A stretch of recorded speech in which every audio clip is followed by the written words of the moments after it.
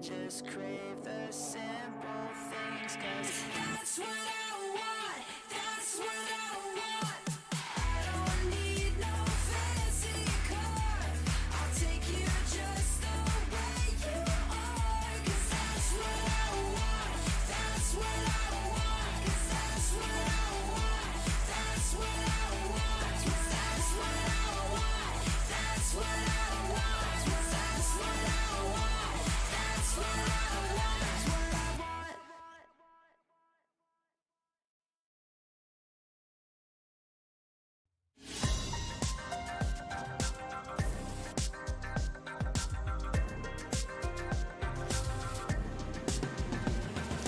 Moving forward in the future, now that we're together.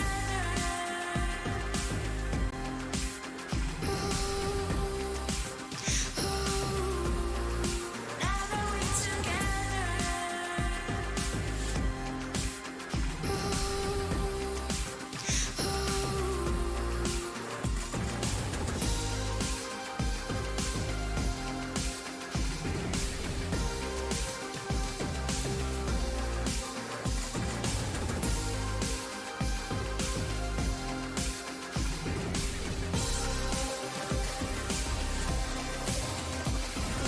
moving forward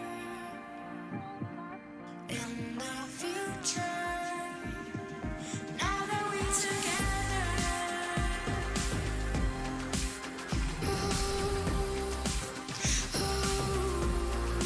Now that we're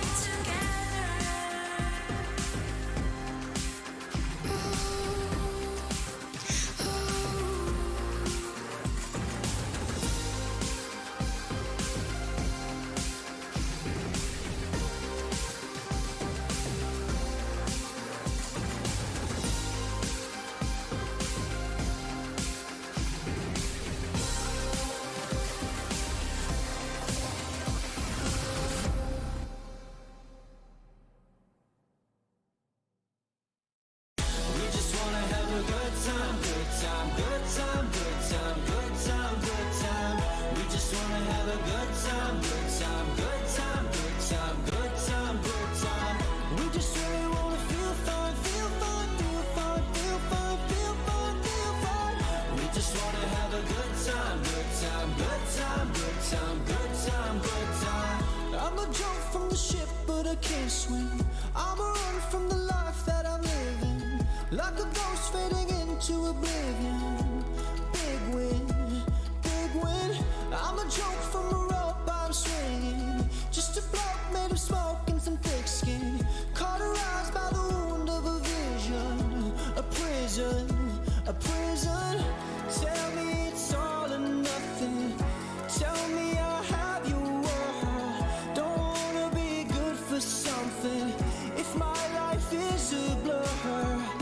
Tell me it's all in my head. I'm a hypochondriac. Don't wanna be left for dead when, even when I have a heart attack. We just wanna have a good time, good time, good time, good time, good time, good time. We just wanna have a good time, good time, good time, good time, good time, good time. We just really wanna feel fine, feel fine, feel fine, feel fine, feel fine, feel fine. We just wanna have a good time, good time, good time, good time, good time, good time. Idolize, idolize, that's a word game. I am sick of the grip of my thin frame. You can call me my first and my last name. When did I become such an ingrate? Toe to toe, shoe to shoe, I'm a shoelace. I'm a fraud, I'm a zoo in a dark place. Why do I even try to pretend that I can rhyme good? Oh well, I guess. Tell me it's all or nothing. Tell me I'll have your word. Don't wanna be good for something if my life is a blur. Tell me it's all in my head. I'm a hypochondriac. Don't wanna be left for dead when, even when I have a heart attack. We just wanna have a good time.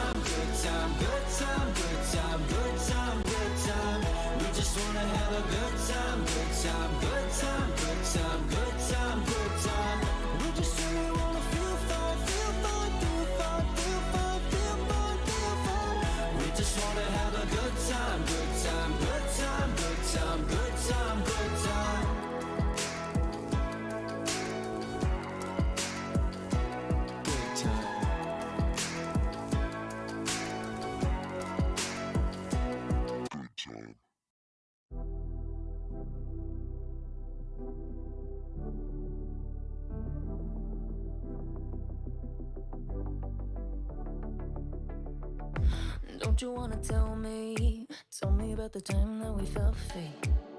Turn your eye on the halo that you give yourself daily.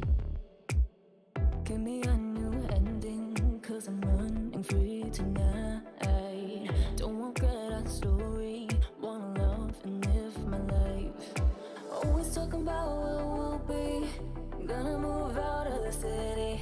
Spending our time daydreaming, living our life like a movie. I'm the only one who can make me whole. Pick me up, I'm the only one. Gonna ride this feeling and write a new beginning. I don't wanna pretend that everything I wanted was gone in the end. And I don't wanna pretend again. And I don't need to pretend I'm living in this moment, I'm living my best. Cause I don't need to pretend and pretend and pretend and pretend.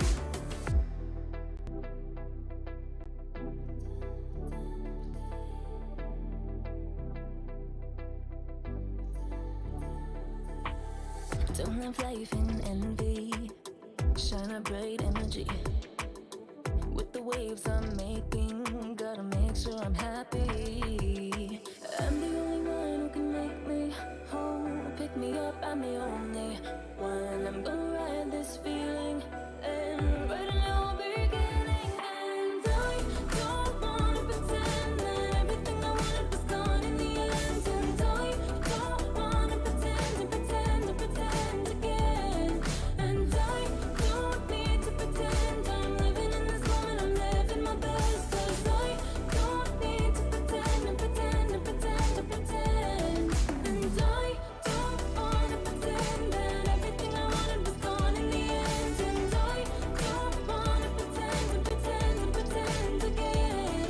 And I don't need to pretend I'm living in this moment, I'm living my best. Cause I don't need to pretend and pretend and pretend and pretend.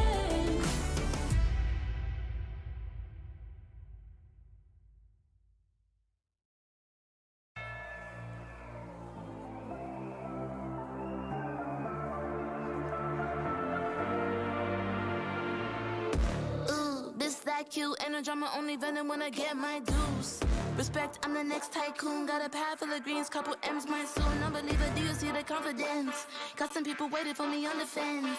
I live heaven, never see me on the fence. Best believe it when I win, it's common sense. I'm designed to fly, defeat all demise. The best me, no fear, no compromise. 100 degrees, I breathe more to life. You should disconnect and throw in the wires. And a hand that's in this. Gotta back it up a high percentage. Got a heart in my sleeve, non-stop. Stepping up to the sea, more shots. Getting those. I'm alive, unleashed in the fire. Out in the wild, you can never stop me. Watch me dive, I'm free and it's my time. Up in the stars, you'll never forget me. But not holding back on the side. Only get better with time. Ready to own what is mine tonight. I'm alive, unleashed in the fire. Out in the wild, you can never stop me. Yeah, I never wait up. Flowers say so they coming on the way up. A true fighter's what they always been afraid of. Cards had it close on my circle when I lay up. Switch the game every quarter like a time zone. Aim for the bus, tryna build up to this mind zone. Pave the way with only items that I might own. Imagine what I'm about to do, be an icon. And the problem just the haters that I might know. It's a night show, the way I'm about to make a movie with these lights. No, they wanna be like me, they can try. All gold, everything when I write. Can repeat it, every legend gotta fight. A new world, when I flip, make it tight. Ain't nobody doing minutes how I like. Seat buckled up, going up like a bike. I'm alive, unleashed in the fire. Out in the wild, up in the sky, into the light. Watch me dive, I'm free and it's my time.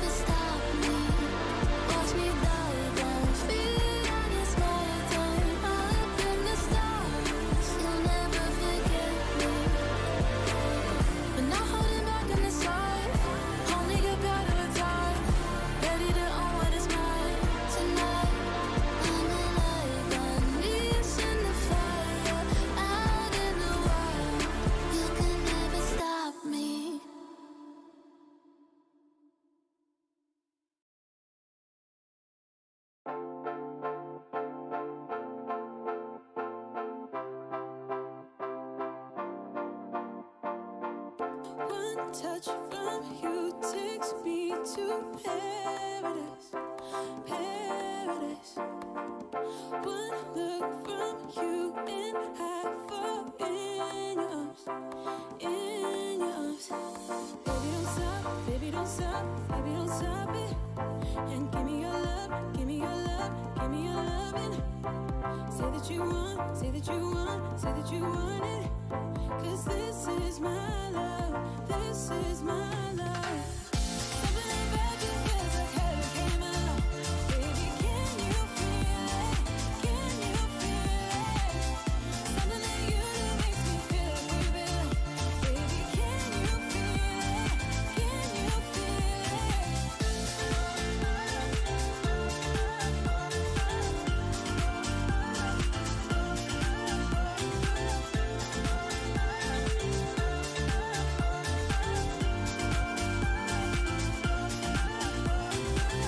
One kiss from you is like a fantasy, fantasy. It's like you go beyond my wildest dream, wildest dream. Baby, don't stop, baby, don't stop, baby, don't stop it. And give me your love, give me your love, give me your loving. Say that you want, say that you want, say that you want it. 'Cause this is my love, this is my love. Something about you feels like heaven came along. Baby, can you feel it? Can you feel it? Something that you do makes me feel like we belong. Baby, can you feel it? Can you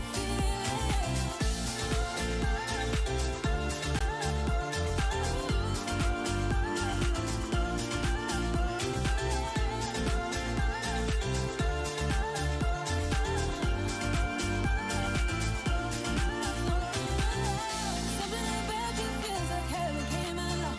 Baby, can you feel it? Can you feel it? Something that you do makes me feel like we belong. Baby, can you feel it? Can you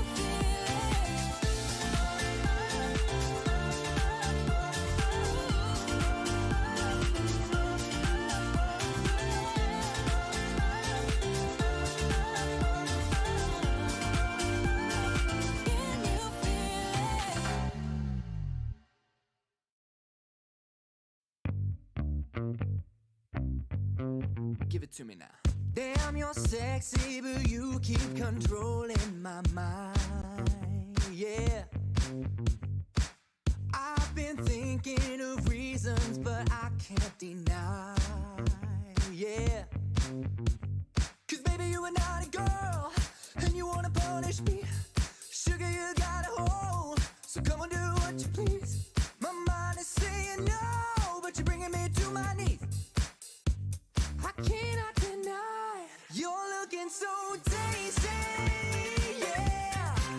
Damn, you're tasty. Ooh, you're looking so tasty, yeah.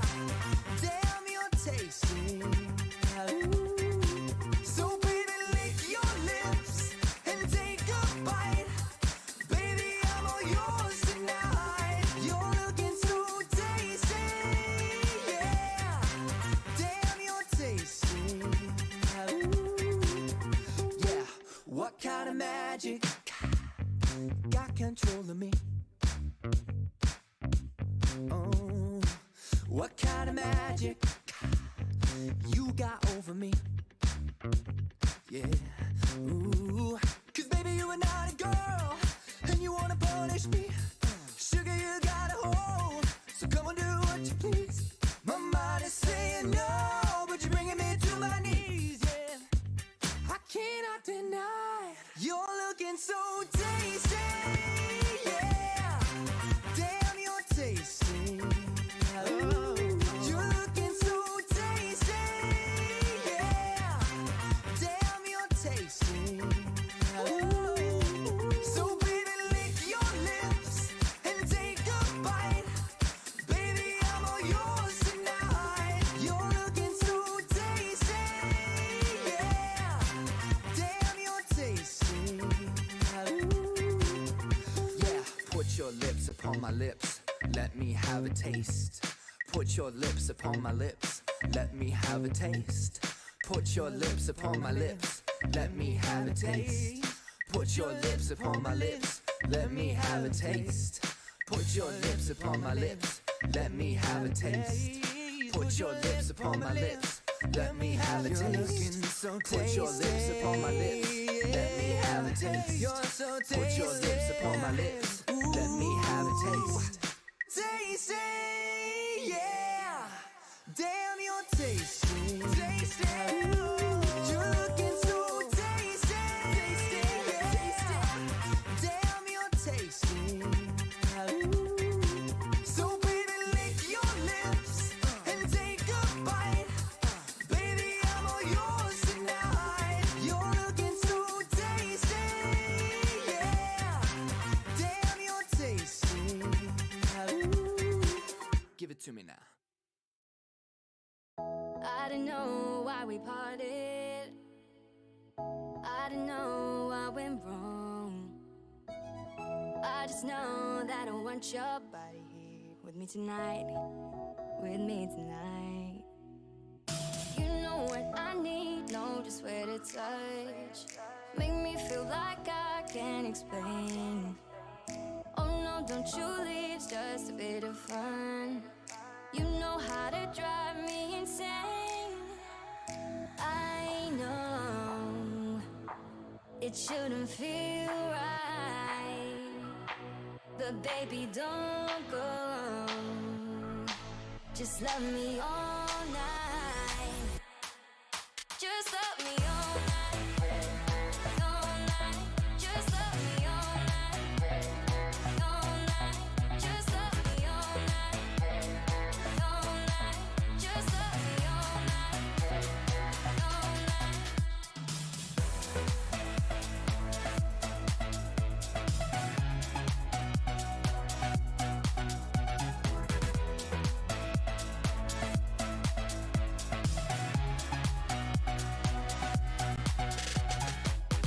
Tell me you want me, baby.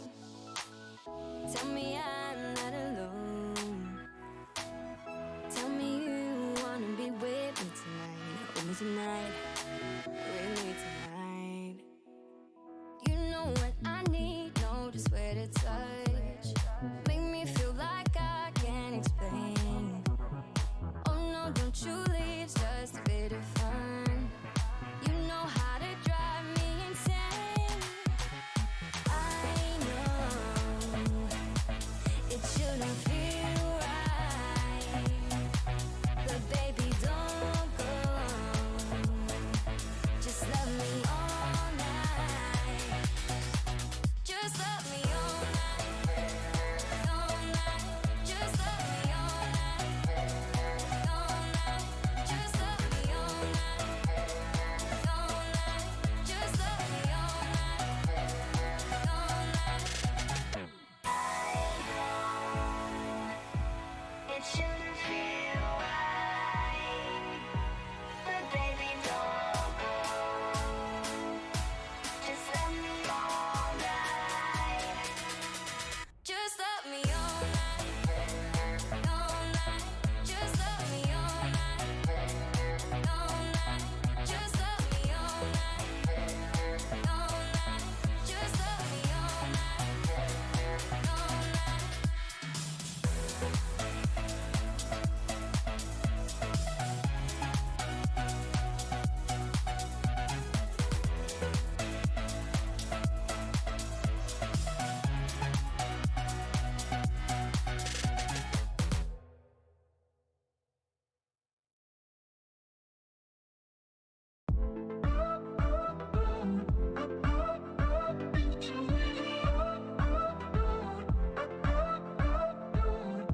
It's a summer love affair, putting flowers in your hair. Windows down in the Jeep as we pull up to the beach. Got this feeling like a crush.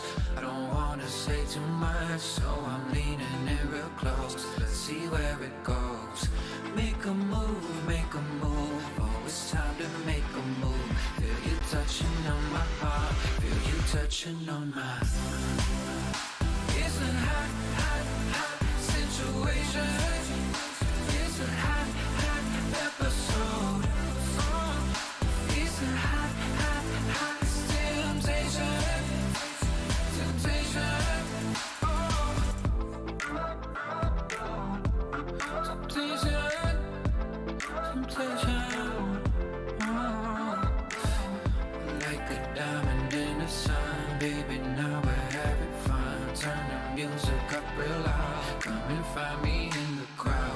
so sweet like cherry rose. Close your eyes and start to fall. Got me leaning into close. Let's see where it goes. Make a move, make a move. Oh, it's time to make a move. Feel you touching on my heart. Feel you touching on my. It's a hot, hot, hot situation. It's a hot, hot episode. It's a hot, hot, hot temptation. Temptation.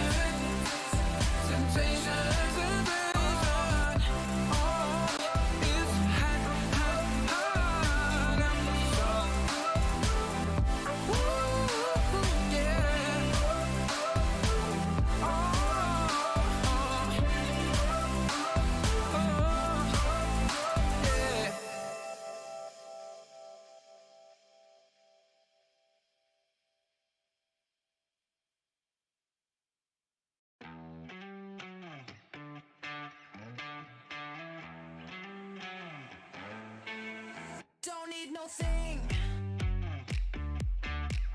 Ain't into bling. Just use enough. You fill me up.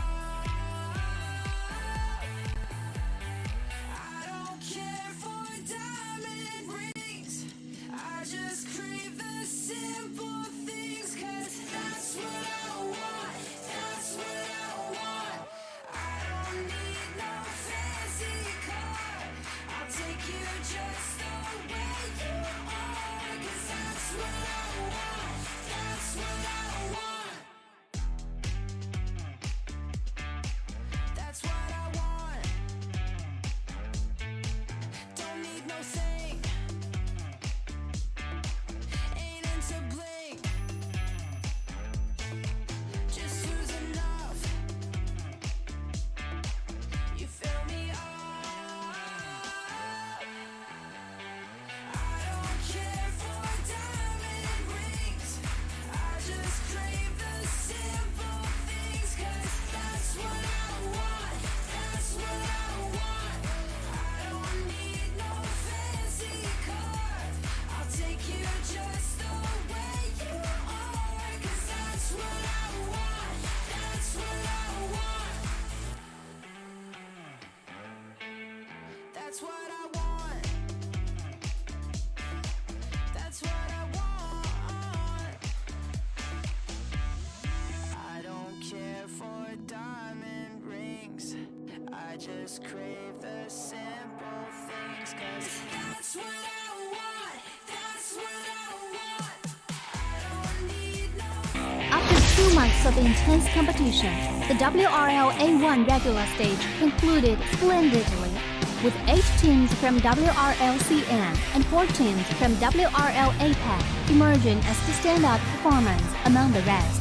KBG secured the top position in WRLCN with an impressive winner stage, closely followed by JT. In WRL APAC, Seoul KTRY showcased remarkable dominance, while Bariram BRU also displayed commendable performance. For those summoners who crave more action, the playoffs will commence on June 21st, where the 12 victorious teams will continue battling for the prestigious title of WRL A1 champion. The playoffs in both WRLCN and WRL APAC will follow a BO7 double elimination tournament, allowing only 2 teams from each conference to progress to the finals. The first place team from the regular stage in WRLCN, Team KBG, will go head-to-head against Team Nova, while the remaining team, JT, will directly versus JDG. The 2 victorious teams will then compete for the first spot in the WRLCN finals. Meanwhile, in the losers bracket, the 5th place JDG team will select TE as their first round opponent, while the remaining team WDG will confront TT. The winner of the first round in the losers bracket will then face the opponent determined by the first place team in the regular stage, and the final winner will earn a spot in the finals. Additionally, the 4 teams from WRL APAC that advances to the playoffs will also engage in the double elimination tournament, where 2 winners will be chosen to proceed to the finals. The finals will unfold over 3 thrilling days, promising an unmatched level of excitement. On the first day, the 4 teams will engage in a BO1 single round robin, and the team that finishes with the top rank will secure the first ticket to the grand finals. The remaining 3 teams will then face off in a single elimination bracket on the second day, vying for the chance to compete against the top-ranked team. Finally, on the third day, the 2 winning teams will enter a gripping BO7 Ultimate Showdown to determine the ultimate WRL A1 champion. With all 12 teams fully prepared, the question remains, who will emerge victorious and claim the coveted championship glory after enduring such intense competition? Get ready for a wild ride. Let's eagerly anticipate the thrilling spectacle together. Dear Summoners, welcome to the Wild Rift League Asia 1. With the new season comes a fresh upgrade to our Spectre UI, designed to provide everyone with a better viewing experience. First thing is about the original UI information at the top bar. We make it into a functioning ring design in the upper left corner. The ring not only includes basic information such as team names, match duration, kills, towers, but also displays the gold difference through the red and blue rings. What is a great game without the competition for map resources? When a team takes down the elemental dragons and gets the buffs, the stunning special effects not only make the acquisition of resources more ceremonious, but the elemental dragon's specific color-coded buff energy blocks will also be intuitively embedded in the corresponding red and blue sides. Whether a team speeds up the match tempo by getting Rift Herald, expanding their lead by killing Baron Nashor, or stealing the Elder Drake for the final victory, the countdown timer special effects and the resource-specific color coding will help summoners watching the game to quickly understand what is going on in the game and capture the critical information. Additionally, we will display the whole in-game map on the top right corner. When the elemental dragons, Rift Herald, or Baron Nashor is about to spawn, the corresponding resources exclusive countdown will appear in the top left corner of the map in real time, providing clearer information on team tactics and map resources. The new UI will introduce 4 panel modes: the landing phase mode, pre-team flight mode, team fight mode, and post-team fight mode, a combination of 4 refined panel modes to ensure that the most important real-time data in the game is presented more intuitively and comprehensively than ever before. In the landing phase mode, in addition to the real-time images of the players, champion selections, summoner spells, and champion experience, we will also supplement real-time gold, KDA, and items during the landing phase. Meanwhile, team stats history will also be displayed based on the progress of the game, allowing summoners watching the game to stay informed of the comprehensive information in real time. In pre-team fight mode, we refine and integrate the information on the gold difference between the matchup to help summoners keep track of the player's items builds in real time through the items column. This makes the state of both teams clearer before the team fight. In the highly anticipated team fight mode, we visualize the damage dealt comparison. The real-time dynamic display of champions' avatars can be more intuitively express the damage dealt of each player during the team fight. The closer to the red-blue intersection, the damage is higher. We maximize the screen space for exciting team fights and gameplays. After the fierce team fight, we integrate the damage comparison of each champion to help summoners quickly understand the damage difference between the champions in each matchup during the team fight. Depending on the different game situations, there are more diverse UI combinations waiting for summoners to unlock. Our comprehensive, intuitive, and comfortable UI UI design aims to provide summoners with a better, more informative, and higher quality viewing experience. The exciting first season of Wild Rift League Asia is waiting for you. Summoners, we'll see you in the Rift. There's something about games. What you doing there gives you real chills. There is one thing that can't be stopped. Feelings. And if you can feel it, It must be real, right? and that's That's real magic.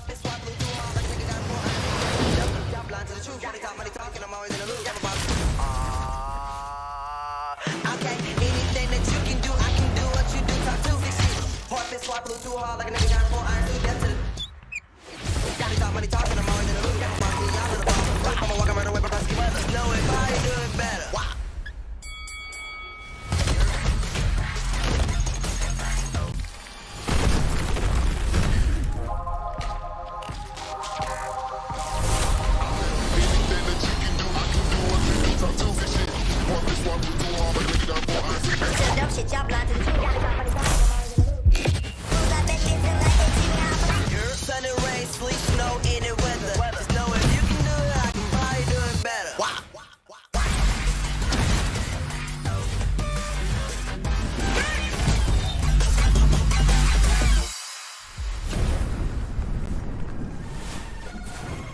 拿下下一个第一， There's the gold wireless. 要比你们都闪耀。 Team mình chỉ cần bé mèo này thôi là đủ quẩy team bạn rồi. 给点新颜色，小小。 There's the gold wire. 历经2个赛季的沉浮，终于是完成了自己的归。我说过我会回来的。任凭浪起。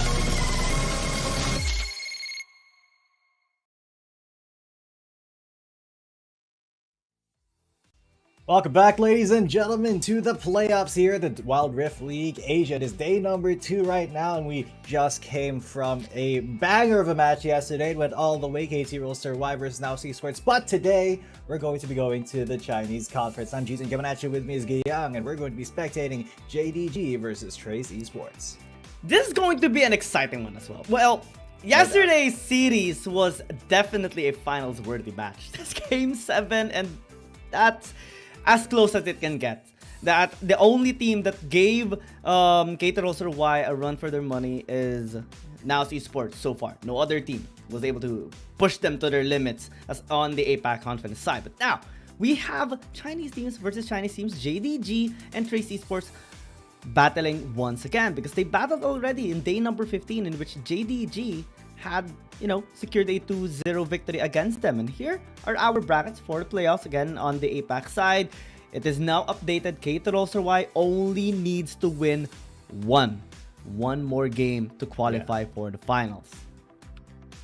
One more game for KT Rollster Y, and I mean, they have already proven themselves to be the best in the APAC, but can they keep that momentum? Now on the other side, we have a lot more going on the Chinese conference brackets. Of course, we already have 4 teams in the upper bracket, 4 teams in the lower, and we're going to be starting off with the lower bracket round 1, Jingdong Gaming versus Trace Esports. Whoever loses this match is out of contention already. Yeah, that's the difficult part here on the side of the CN conference, right? Because we have our upper bracket teams, the likes of KBG, Nova Esports, J-Team, and Edward Gaming, the top 4 on the CN conference side. But the lower 4 only has one chance, and they have to win 4 consecutive games just to qualify for the finals. That's how tough that it gets here for our teams. We have JDG, Trace Esports, we have Weibo Gaming as well as Thundertalk. And starting off with JDG, this is a team that even pushed the likes of Keepest Gaming to their fullest, taking the series to game number 3 and almost defeating them in game 3 after 27 minutes of intense battle. They're known for their highly aggressive solo players, and they definitely have the better end against Trace Esports. Yeah, I mean, Trace Esports, even though, you know, they had kind of a second wind, or really a really good start and middle of the season, they kind of floundered towards the latter half of the of the week, maybe like week 7, 8, 9, 10. Trace Esports, you know, they kind of fade a little bit, but look at this deep champion pool for every single member of Jingdong Gaming. They are not afraid to pull out anything as long as it works. Man, it is incredible how many champions there are there, and how they're really not afraid to experiment with anything. I mean, both teams have been experimenting a lot. Even JDG during their last 2 series, right? They have tried a couple of champions. Even the Yasuo was pulled out there by their mid laner. And Trace Esports, I mean, this is a team that we have seen develop so well as well during the regular season. The last time that they met JDG, Wind was actually the ADC, and that was the last match of Wind 2 in the regular season. Then we saw the performance of Jaja, in which he had shown really good stability for the Dragon lane, and they had like one hell of a run actually on their side, securing like a 5-4 game win streak. Here are the stats that they have. The first Dragon, Herald, Towers as well. And given our experience in yesterday's games, and even in the latter half of the regular season, especially with patch 4. The latest patch 4.2, right? We have seen a lot of priority in red side. So now as we see these teams battling again, I think red side is going to be the priority, especially after yesterday, right? Yeah, I mean, yesterday we had 7 games, so we went the whole 7-game series, and every single game was won by the red side. So let's see if that happens this time. Let's go to the stage. 各位现场以及屏幕前的召唤师们，大家下午好，欢迎来到首届英雄联盟手游亚洲联赛的比赛现场，我是小优。今天是端午节，值此传统佳节之际，祝福大家端午安康。今天是季后赛第2个比赛日，我们迎来了CN赛区的首场对决。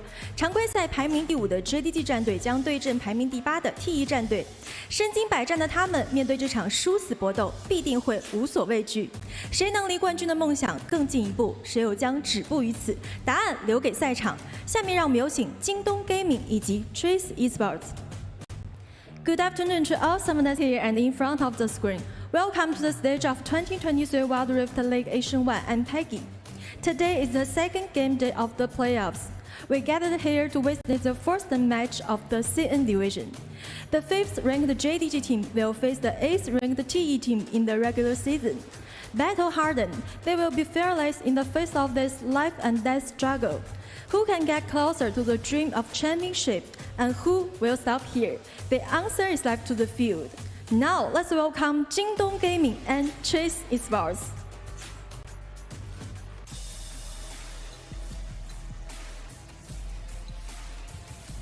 碧爱相仆处处忙，谁家儿供女庆端阳。今天早点结束，好让你们放假回家陪父母过端午佳节吧。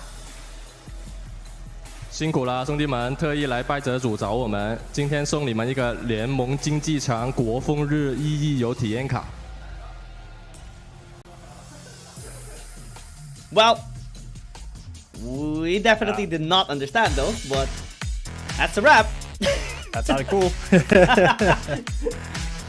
I tried to study, man. I tried to study. I downloaded the app, the Duolingo, but I just can't really adapt towards their language. It's hard for me to learn a different language. Hopefully soon. Maybe. Yeah. We tried.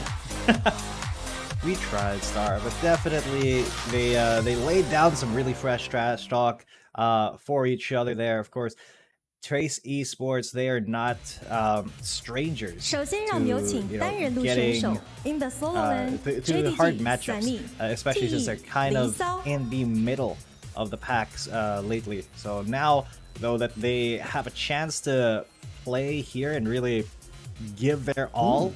Look at that. Hey, their entrances already conveying the energy that they want to bring to this series. Yeah, Sani has a lot of energy today.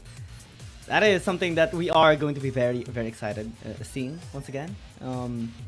We have talked about in the Midland. these teams JDG, already. The past couple of times that we have seen them as well. We have seen a lot of developments on the side of JDG, Trace Esports as well. Both teams are coming off on a bit of a slump in their final games. 2-game lose streak for JDG and a 4-game lose streak for Trace Esports. Since they battled against like the top 4, right? J-Team, KBG, and well, they battled against FPX and Thundertalk as well. They have a hard time, but I think they're just trying to experiment a little bit on the latter end for their composition. That's why we see the champion pool on both JDG and Trace Esports to be very, very large. Yeah. Large did. Oh, the heart! They're making a heart. That's so dope. That's cute. That was like a gun and then a heart. I love it. That's sick as heck. Some camaraderie between these players before they start battling it out on the rift. That's cool. That's cool. Hopefully, we do see the tools, the toys that they usually bring on stage again. I can still recall the last time we have seen like the hearts, the flowers, and balloons that we have seen over the past few regular season weeks. Right now, because yesterday we didn't really see the fight for side, right? Cater Roster Y had like the priority for the side section, which we have seen lost more priority on red side. But let's go to the head-to-head. Once and Weiba, this is going to be a tough one. It is going to be a little bit tough. These two are very, very good junglers. But I feel like for Trace Esports, a lot of the focus has been on Weiba. He has been kind of, the star jungler here for them and has always been the one who, either tries to carry or really is the tank for the team. And that can put a lot of pressure on him, especially if, he's not performing. Once though, while he is an incredible jungler, the rest of JDG, they are able to adjust around him, and put him on some more supportive junglers if needed. But Weiba really has to be in that star role a lot of the time. Yeah, and Weiba, during their last few series, right, we have seen the teams actually crack the code against Trace Esports. If they target the bans onto Weiba, especially on the champions that he can enable the team early into the game, just like the Wukong, the Xin Zhao, sometimes the Vi as well, then it can have a hard time here for Trace Esports. That's why we have seen Tak try to establish good synergy with a different role or a different player instead, and we have seen Rose actually stepping up lately. Yeah, and speaking of stepping up, let's step right into this champion select, this ban and pick phase. Trace Esports will be on the blue side, Jingdong Gaming on the red. Now, so all of you know, just to reiterate, we had a 100% win rate on the red side so far in the playoffs. Granted, we've only had one match, but it went the distance, all 7 games, and it did go to all red sides, so I'm pretty glad to see whether or not that trend will continue here with Jingdong Gaming. And the bans are a little bit different this time around, right? Because yesterday, or in the past couple of days that we have seen, Akali and Shen usually are the first bans on blue side, but Trace Esports, they don't care. They actually want to prioritize that. Rose is very much known as a highly mechanically gifted player, picking up Akali and having to really utilize it to its fullest. But with Shen being available, which do they trade? That is a good question. What do they want to prioritize here? What do they want to give up? And it seems like they are going to be giving up, or they're going to be prioritizing that Nautilus for now. Now, for Jingdong Gaming though, they will be picking up the Varus, an incredible pick for the ADC meta that me and Autolus were talking yesterday. It doesn't seem like China has really 100% subscribed to the ADC meta just yet, just like their Korean opponents in KT Roster Y. They're still very much in the pre 4.2 mentality, so we are kind of seeing that with the Aatrox pick here as well from Jingdong Gaming. I mean, Once is known for his Aatrox dominance, right? A lot of games that JDG won is because Once picks up the Aatrox. And that shows confidence right now for JDG. Also towards Trace Esports, right? Because they're the ones who banned out the Wukong. They're the ones who banned out the Kaz, that usually is some sort of a tool that can be utilized to take down an Aatrox, to suppress him as well. But now they're banking out a little bit on damage. Corki is actually one of the champions that you can just pick up early, simply because there's not a whole lot of champions that can be utilized into the mid lane if you are going to pick up something like an standard ADC like the Jhin, maybe even the Varus, because you have to complement each other. Balance the AP and the AD ratio of the team so that you can just fully utilize it against your enemy team. Yeah. Aside from the Gragas, right, that we have seen yesterday surprise even the likes of Naos Esports. I mean, it was a pretty big surprise if I'm being honest, because Naos Esports, they never did ban out the Gragas and KT Rolster Y whenever they had Zero on that Gragas. Oh, he was kind of a menace, but now I don't think we're going to be seeing the Gragas because these teams, they kind of want to play it a little bit straight, you know, no surprises, no special things coming out for the playoffs, just the same kind of meta that we have seen from week number 10 of the regular season, especially with this Alistar pick and the Jhin for Jaja. Kai'Sa's still gonna be respected here by Trace Esports as well, right? JDG, they can still flex the Aatrox to a different lane, maybe the Varus as well, and you just don't want to give any opportunity here on the side of JDG, especially given their history, right? The last time they have met on day number 15, JDG secured 2-0 against them.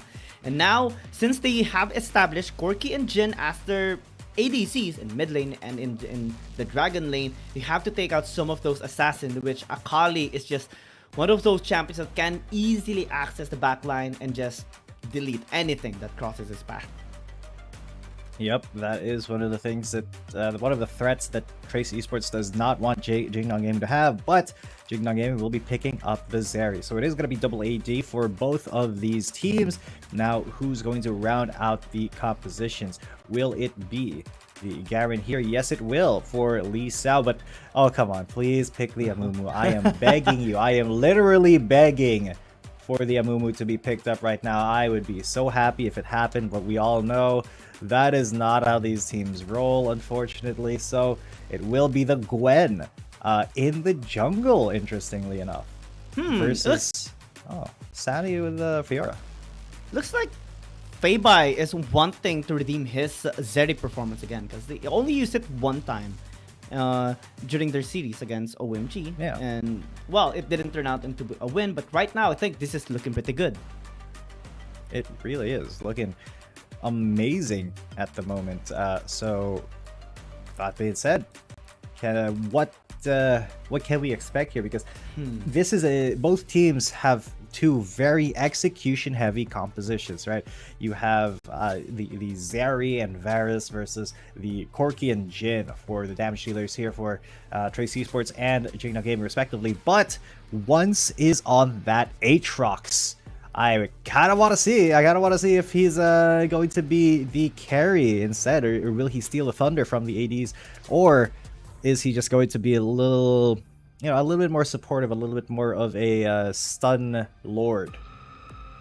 Yeah, there's a lot of suppression actually on the side of Trace Esports. Interruption as well. One of the things that you can actually do against an Aatrox to prevent him from doing his usual combo, just like a Riven, is have the Garen silence him and then just try to suppress him, burst him out early, and have the Demons and Justice to pin him down. That can equate to a -1 advantage of Trace Esports and just take down the rest of JDG. But they have to address Sani, of course.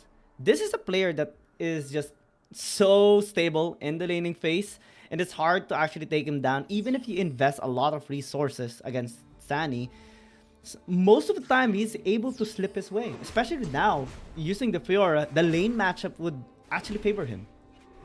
Exactly, and this really does. Okay, Dog's being a little cheeky right now. I love that. He is being very, very cheeky. Just once has no clue. He doesn't even have vision, I don't think, of the Raptor cap. So now he does, but it's already gone. And Tak is just going to get that XP lead gap once, just a tiny bit.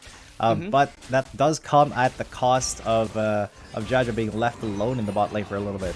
Yep, securing solo XP, I think it's a worth trade. Tak is gonna be there anyway after a short while. Doki just establishing vision a little bit deeper in the jungle here of Trace Esports. But that cheeky play that Tak actually did negated some of the XP and gold that one can actually get in the early game. And I think one of the primary goals that your team should have when you're battling against an Aatrox is try to prevent him from scaling up. Because when he gets his items, when he reaches level 5, he's going to be looking for picks.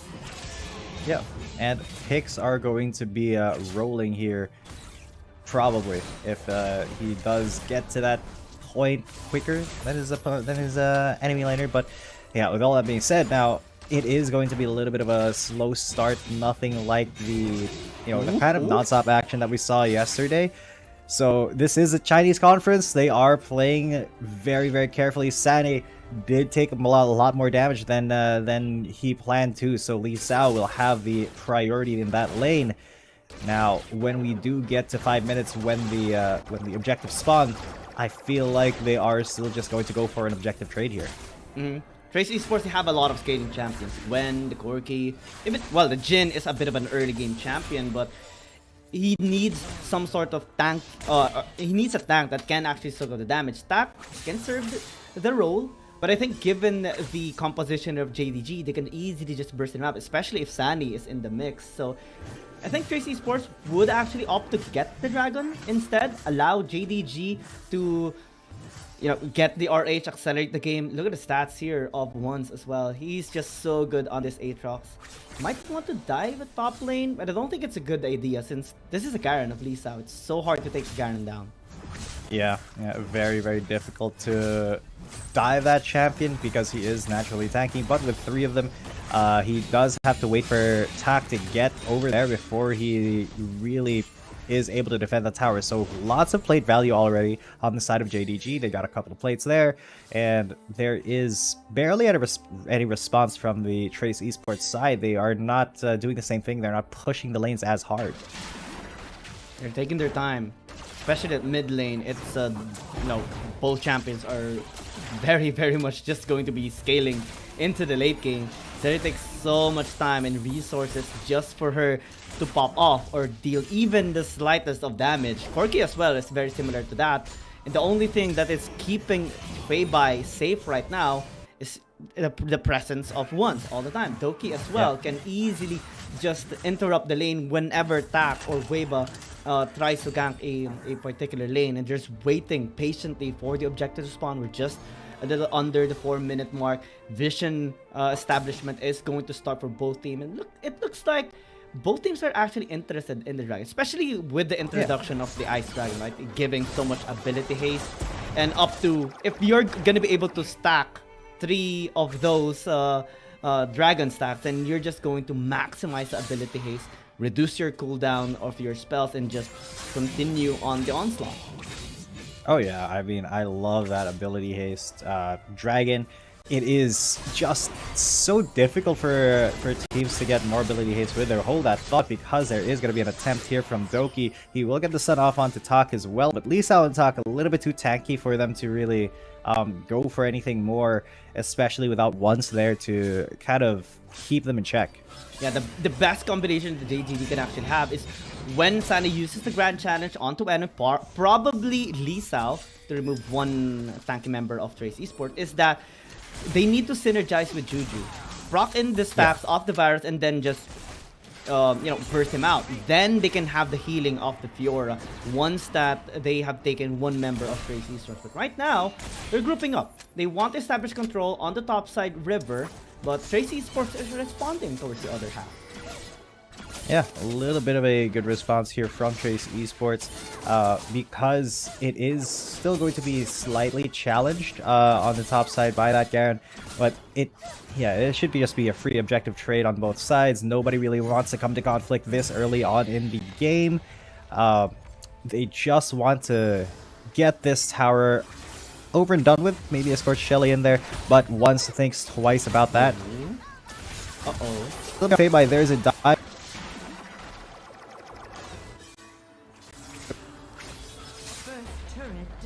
Yep, they have the Rift Herald spawn into the mid lane, take a tier 1 tower down early into the game as well. A second charge by Shelly is Going to be a big impact here for JDG. Definitely they got their money's worth here in that trade. Yeah, the Ice Dragon was handed over to Trace Esports, but they got on tower in the mid lane, second charge in the second tower as well.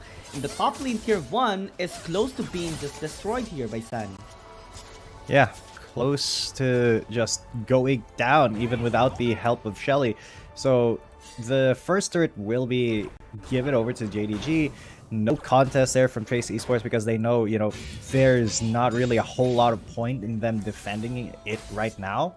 But later on, you know, this may come to bite them back in the butt later, because that is just, you know, a lot of freedom for Jingdong Gaming to roam around the map and really start looking for plays inside the jungle of Trace Esports as well.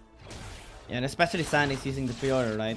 Eventually he will win the laning phase against Lisa, and I think it's a dual purpose that JDG has made, keeping the tower alive into the top lane of Trace Esports, because that keeps the wave in the upper echelon of the map. That way they can make plays. Yeah, since plays are being made right now with the World Ender, once is going to be ongoing to Weiba, and he does get that kill pretty much solo, just taking the Gwen down. The jungler, star jungler of Trace Esports, not really able to respond to that because he had no support, and the map movements of Jingdong Gaming are just really, really good. Although the pressure here onto the bot lane on Feibai will not result in all too much for Trace Esports side. Ooh, Doki almost found that out, but now because they know that he's not there, Feibai is very free to go hard onto Rose. No mana, had to use a flash to get out of there.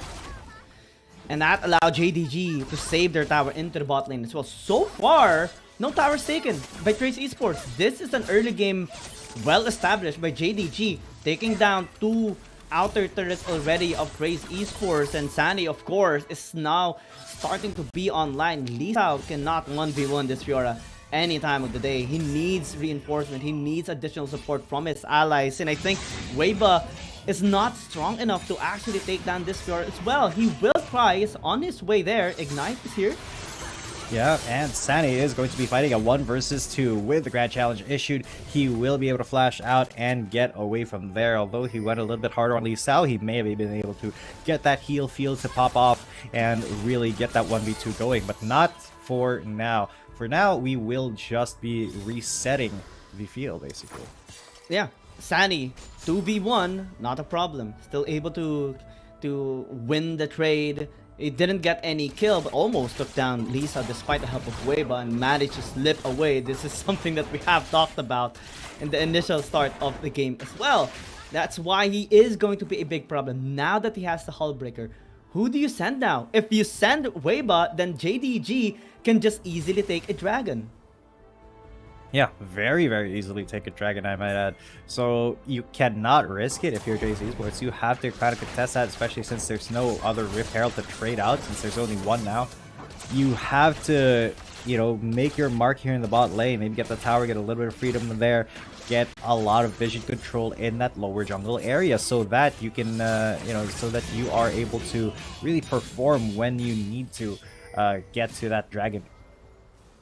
At least the Black Cleaver is doing work here for Lisa, dealing some bit of damage against Sani.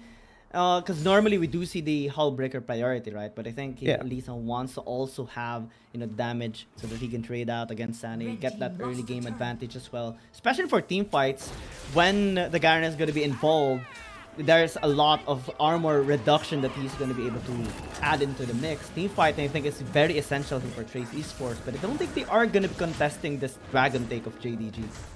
Yeah, unfortunately, they were not. They really don't want to risk this dragon fight going sour, because, I mean, JDG, they do have 1 kill, but with that dragon being traded out for a tower, Trace Esports are kind of focusing a little bit more on getting themselves a little bit more fed, a little bit, you know, a little bit more.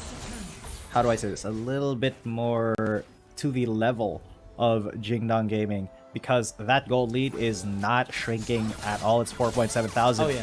It's just the macro of JDG has been so much better, so much more on point at the moment. I mean, I would say that the reason why Trace Esports is experiencing this is because they have double scaling, but so does JDG, right? But they're being able to be very efficient across the map. Once his presence is felt all over the map here of Trace Esports. And now Sandy, I think, has been a big impact here in this game as well, just with his mere presence into the top lane, providing so much pressure here against Trace Esports, forcing some of their members to actually go there on top side, allowing JDG to make plays like this. Doki is very consistent in setting up these death brushes, and a lot of times we have seen him actually make the play. Oh, that is going to be a play. They have found their prey, and it will be the Fiora Sani going down a little bit too in front, a little bit too aggressive inside the enemy jungle. He thought he would be safe. He thought the time of recalling would be enough before the members of Trace Esports actually get to him, but was wrong. I mean, even the pros make mistakes. JDG, they want to go in! Oh, they are going to go in, and they will get that catch. Once again, Weiba is the victim. Lee Sao now, he's the one on the chopping block, but JDG know that they have to be careful still. They cannot underestimate the teamfight potential from Trace Esports, even though, you know, they have 100% more kills than Trace Esports right now. There is the curtain call, but Doki is the one who's going to be attacking it all with his, you know, his increased resistances, and he's trying to single out Talk, trying to isolate that guy, but the Justice will drop down onto his head. Who's going to win the smite fight? It will be once again, and Lee Sao incredibly low. Can they finish him off? No, they cannot. It is once again Sandy who goes down, and Trace Esports, they may have an opening here, but the exhaust just immediately takes any damage away from the ADC. Once now he has popped the World Ender, and he is ending the world of Trace Esports. He's going to end the life of Lee Sao right there on Ace 4-3. I thought the Trace Esports would actually get the team fight done, but the stasis plays. Oh man, JDG got a better end than that, especially after once came back into the fight. Especially with the buff as well that they acquired from the Baron. I mean, it gives, you know, combat stats as well. And now they're able to easily take down this tower into the mid lane, maybe even pressure down this inhibitor tower. Trace Esports, they tried to contest, but it only resulted to more casualties. Yeah, and let's take a look at that again, because it was Trace Esports who were trying to get in the middle of that. And sorry, I misspoke. It wasn't an ace. It was a 4-for-3. It still went the side of Jingdong Gaming. Yeah, and JDG, they immediately lost Doki, right? It should have been advantage for Trace Esports. But look at the way that they are kiting. Look at how they were able to make that outplay at the very end. They're not done. Feibai might actually get taken down at the very end. But look at the stasis. That bought enough time for Juju to get the reset, get the arrow done, and then once just punish the overextension that Trace Esports had in that fight.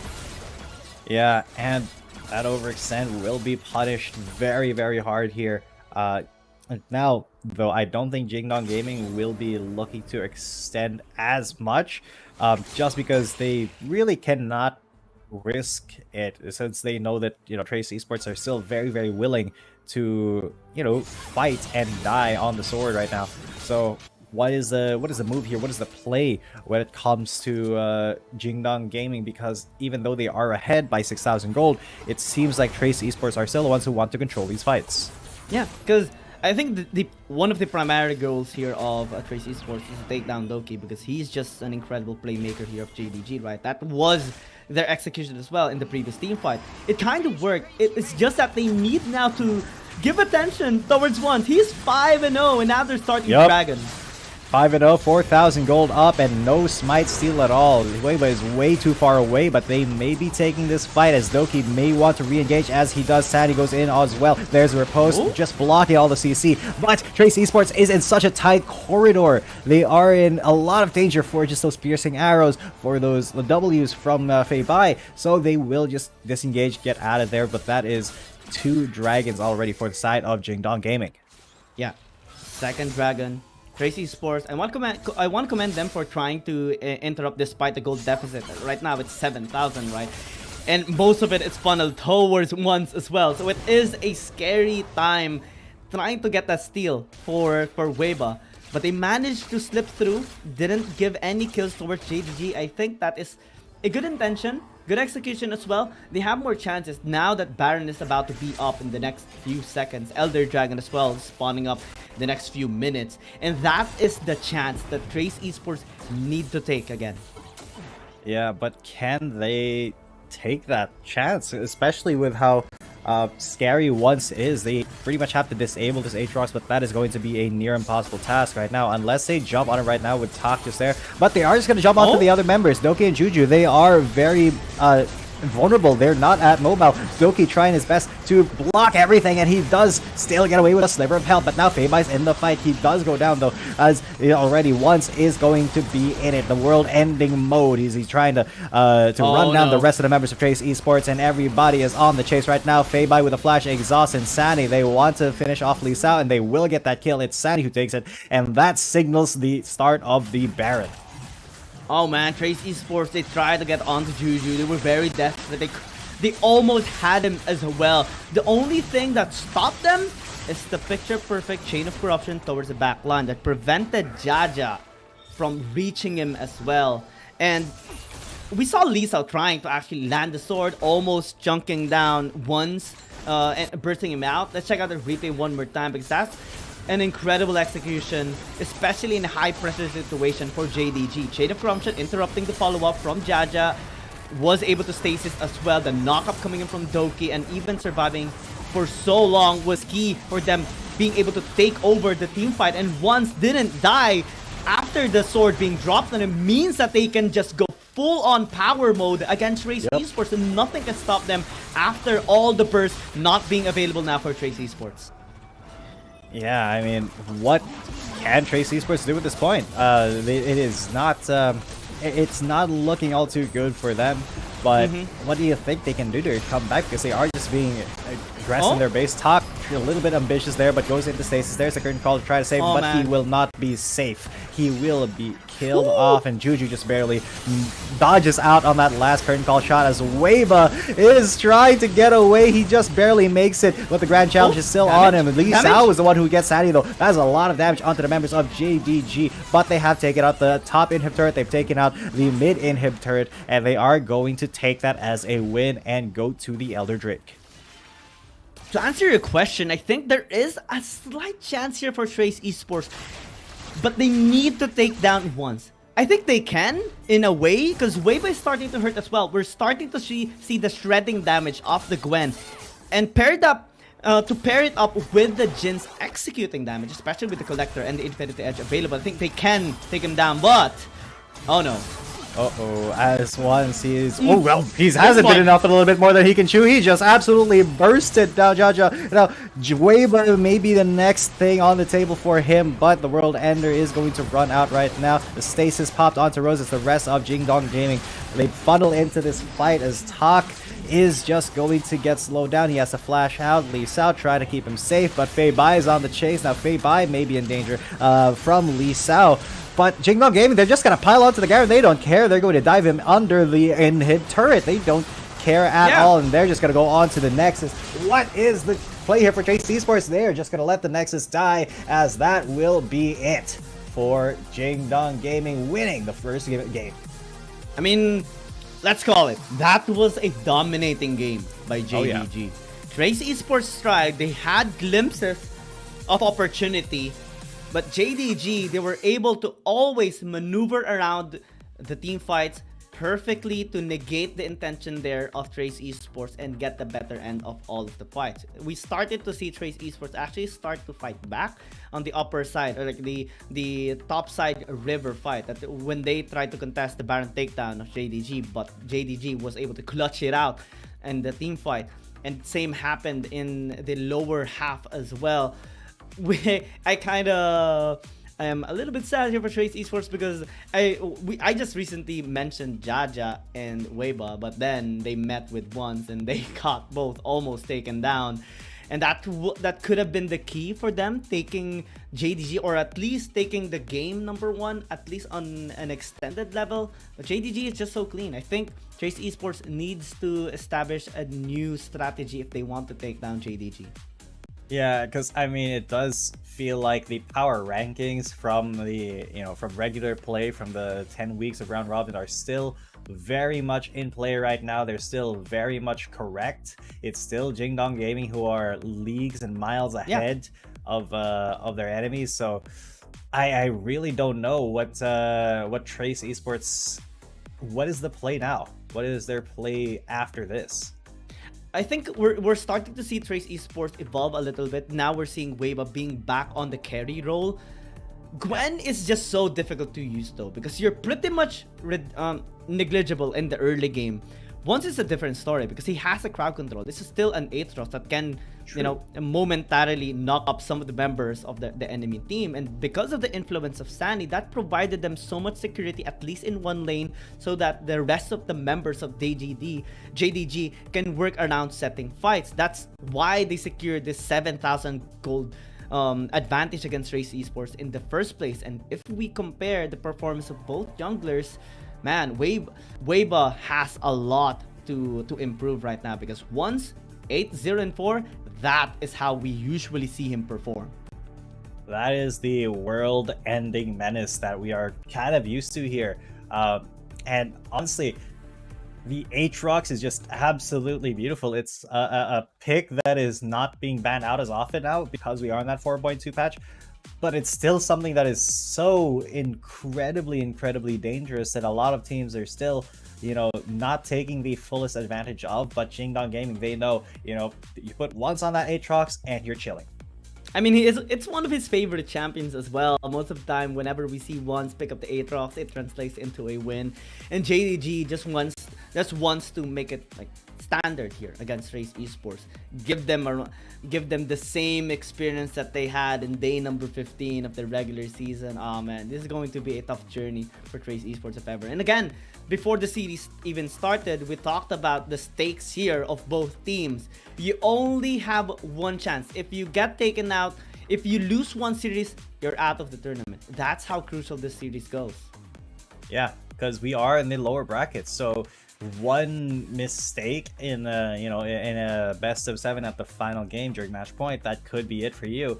And of course, from yesterday, you know, we went all the way, but this time it does look like Jingdong Gaming want to end this early. I mean, with how they read that champ select and how they really absolutely tore a hole through the defenses of Trace Esports. Once will be the MVP again, of course. 8-0-4. Why wouldn't he be? It just makes sense. And this is the champion that he used as well during game number 2 against Trace Esports before in day number 15. That's how pretty much familiar this setup is, or the experience right now of Trace Esports. They really need to find a way to get back into the series, try to give a challenge here to JDG, maybe work around trying to supplement Weiba as well. We have to see the Weiba attack synergy again. Yeah, Weiba and Tak, they really have to start, you know, working together and trying to be there for each other a little bit more, which is kind of what we are used to seeing here. But that is going to be it, ladies and gents, for now. We will be taking a little bit of a short break, but game number 2 is going to be on its way, rest assured. I'm Cheetan coming at you. With me is Giyang, and we'll see you for game number 2 here. Will Trace Esports be able to take this one? See you after the break. After 2 months of intense competition, the WRL A1 regular stage concluded splendidly, with 8 teams from WRLCN and 4 teams from WRL APAC emerging as the standout performance among the rest. KBG secured the top position in WRLCN with an impressive winner stake, closely followed by JT. In WRL APAC, Seoul KTRY showcased remarkable dominance, while Bariram ARU also displayed commendable performance.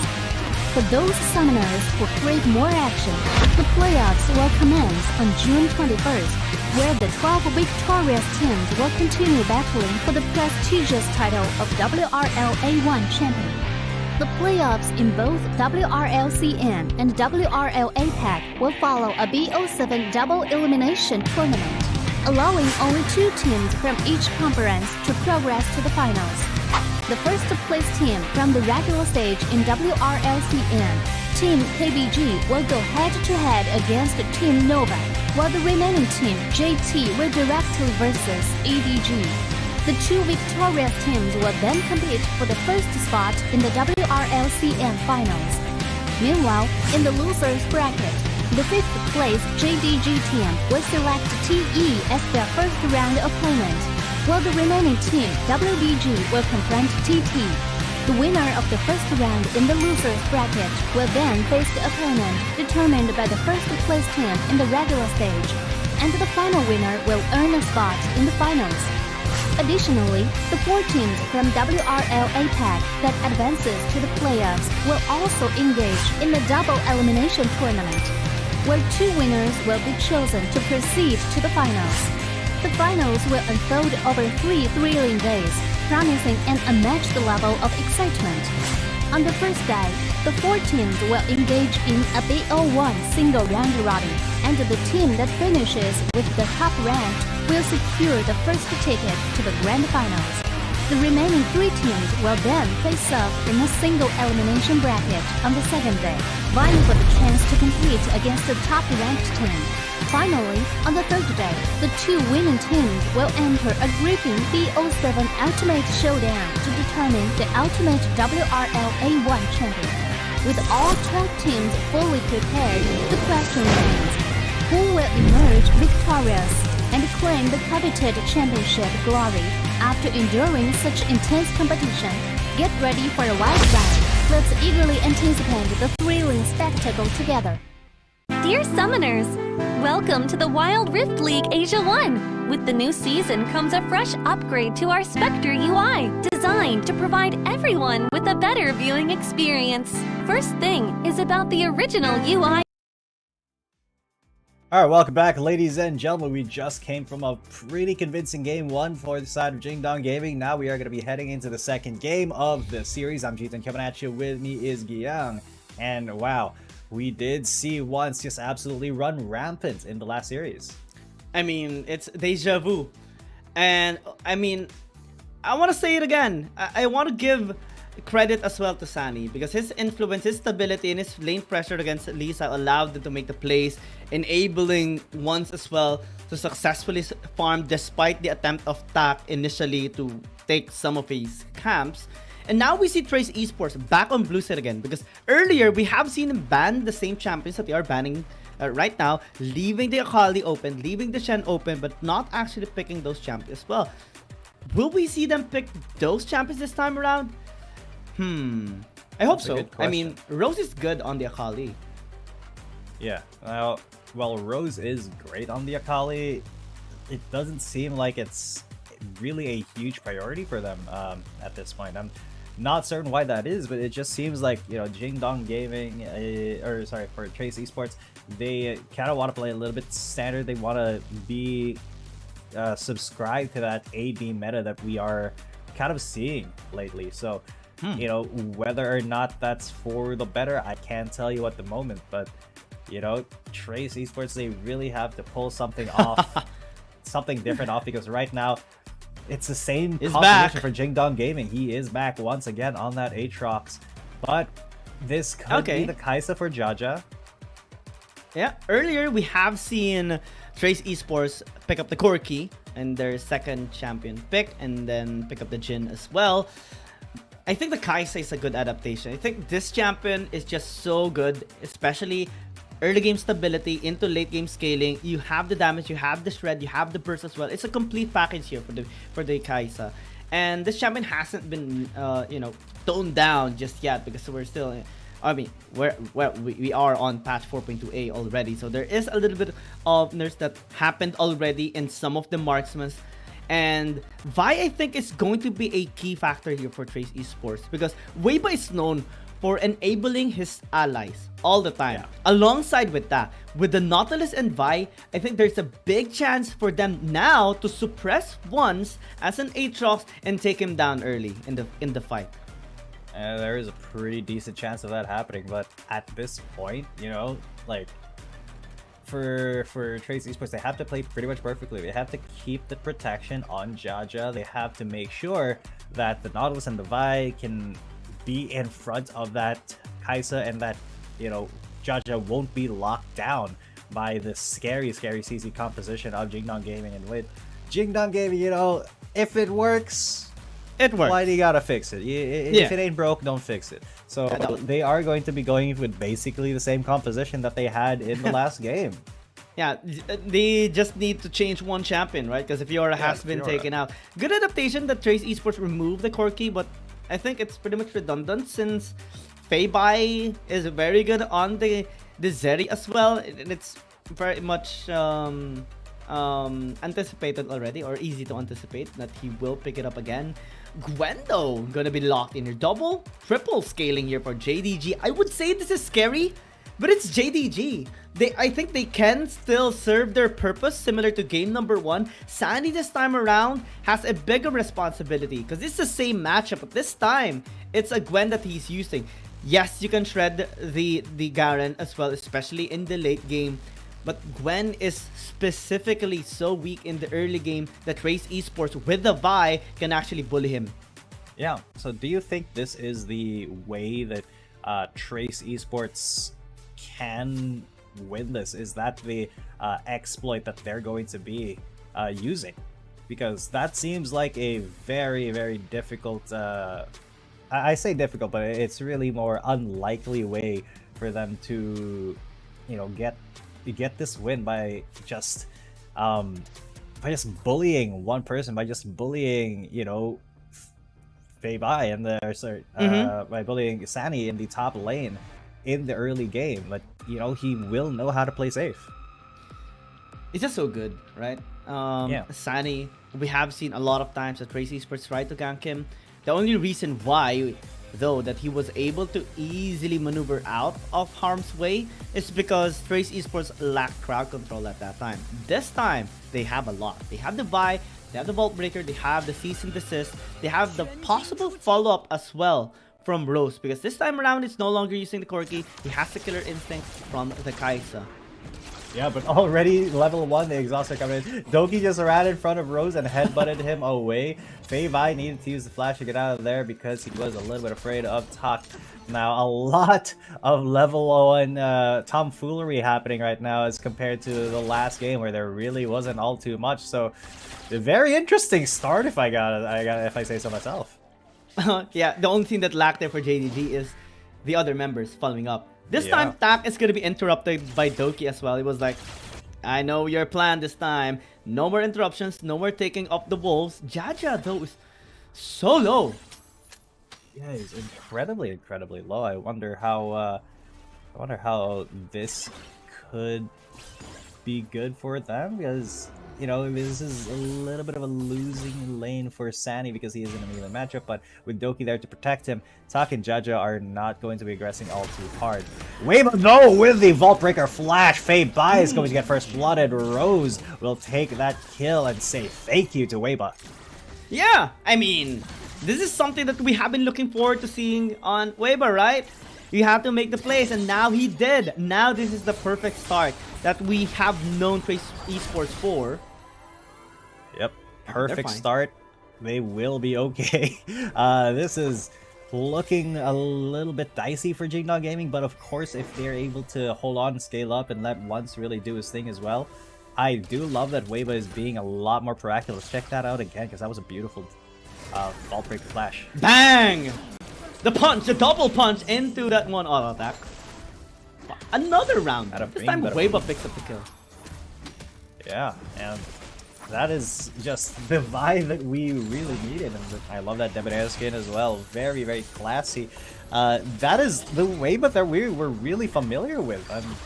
And I'm glad to see that he's back in top 4, because this is when Trace Esports needs him the most, during the playoffs.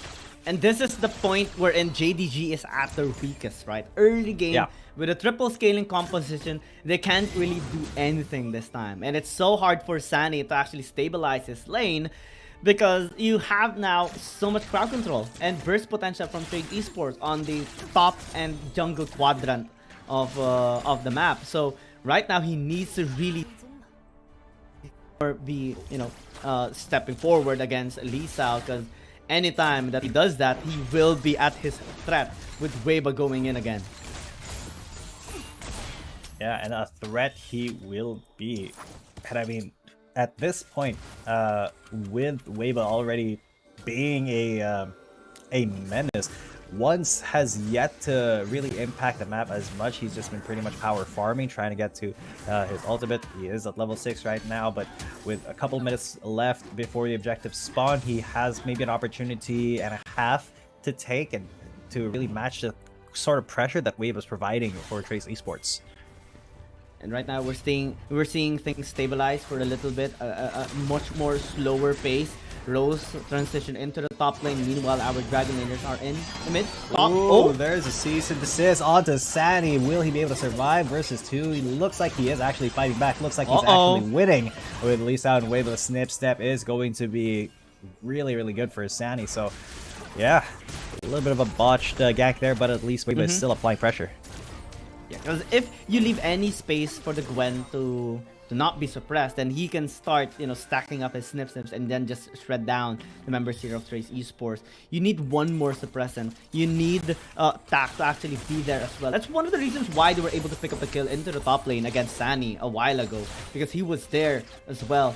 If they can have that kind of setup against Sunny, maybe they can bully him even more. But right now, he's perfectly fine. The matchup as well is well suited for him. There's nothing that Lee Sao can do except for clearing up the waves, but also he needs to be very careful because ones can also gank there. Yeah, as we do have to be very, very mindful of where Ones is on the map. Looks like he is towards that bottom lane with less than 30 seconds left on the objective spawns. The junglers are going to be going back. Let's see where they decide to go, because Jingdong Gaming, they did prioritize that Rift Herald first in the first game, but it does seem like Rose already has a vision priority there, so I want to see how this goes, man. I want to see where they go from here.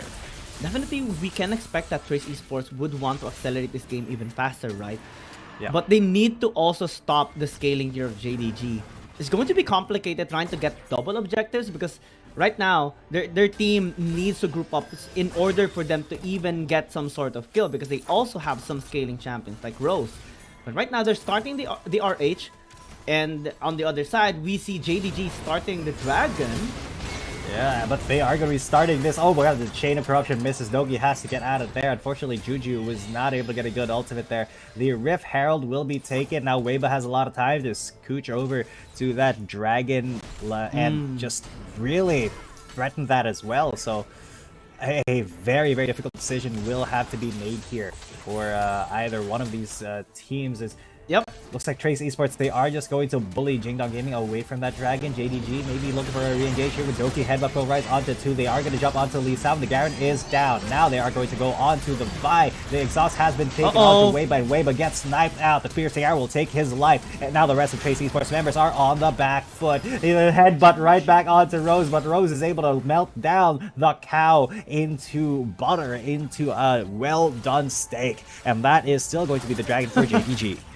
A congratulations steak. I would say 2-for-1 trade for JDG is definitely worth it, plus a dragon, right? So they're able to equalize, maybe even get more value out of it. But Sunny? Oh, one more. Sunny is one more auto attack. No.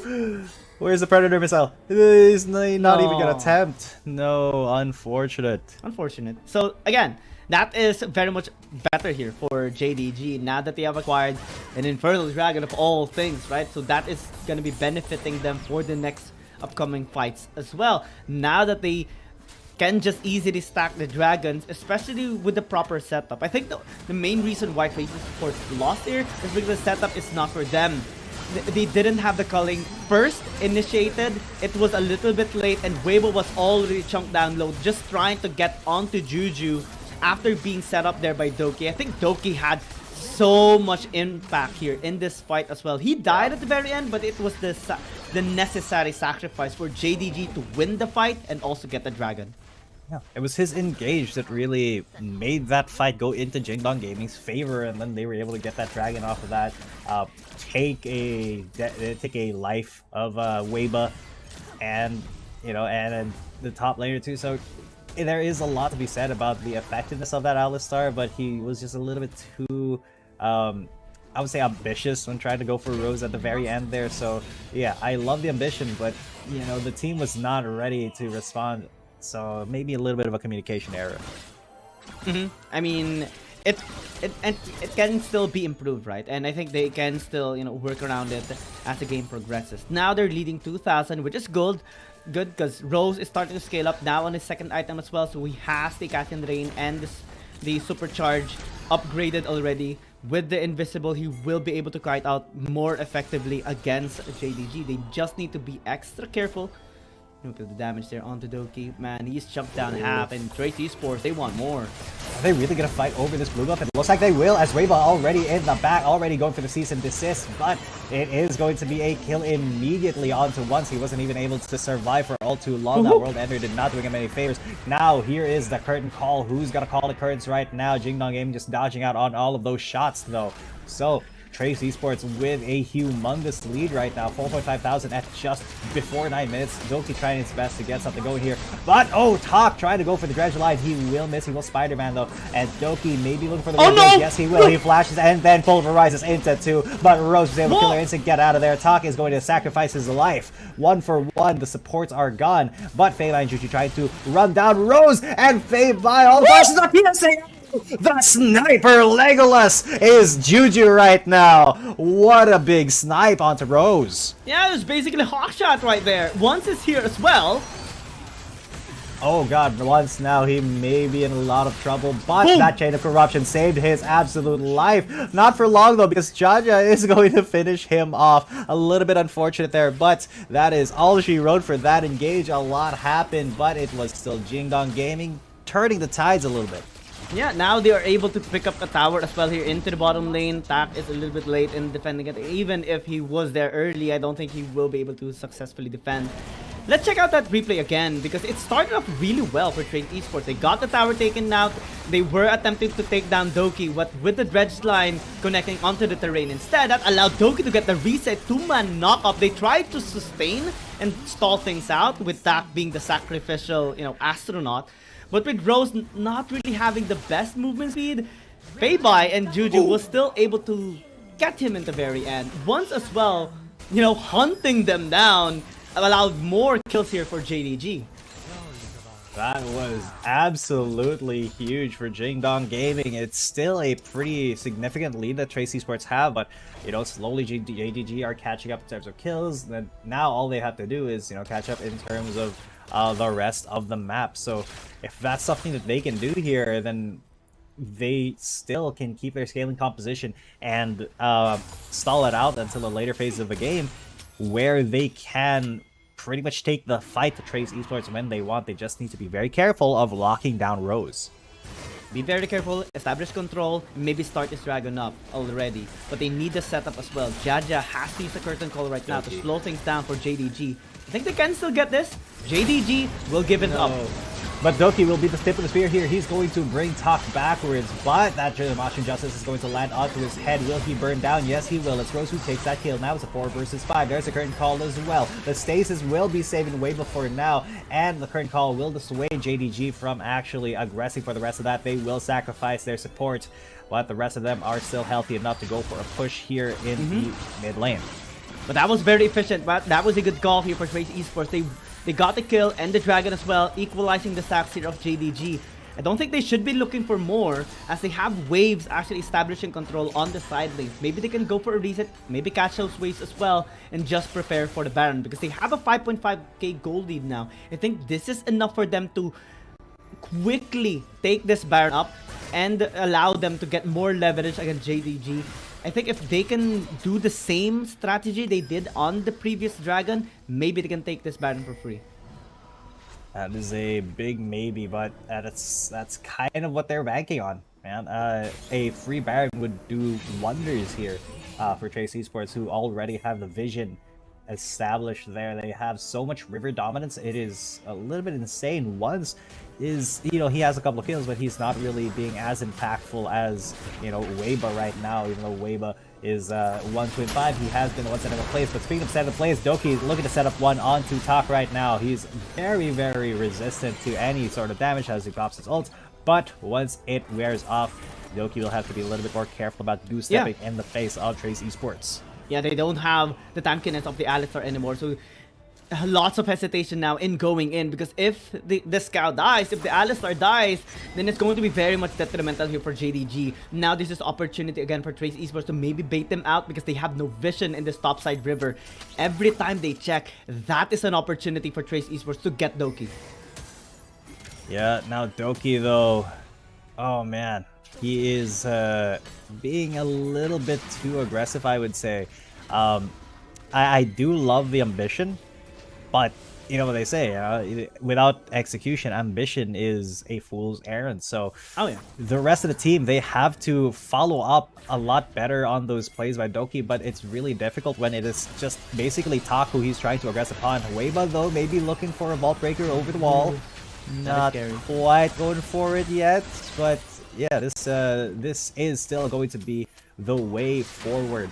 JDG going to regroup in the mid lane while Weiba starts up the Baron. Can he actually solo this? He does look like he's giving it the college try, yeah. They have the strats of the Jhin as well, so this can slow down JDG. They realize that maybe they are starting the Baron. It is 5k already, very, very low, and this is one of the reasons why fast Baron takes are possible here in Wild Rift, because the Baron is very squishy when it's just respawned. And now, JDG, they want to constantly check! Oh, there's a death charge onto Juju, but he is a little bit too far for them to go for it, but at least that was the Baron stopped out for Trace Esports. Jingdong Gaming doing their best to stall this game out because they know that is the way forward. They need to scale up. They need to get to their item breakpoints. They need that Zeri and that Varus to become relevant in these fights without being immediately jumped on.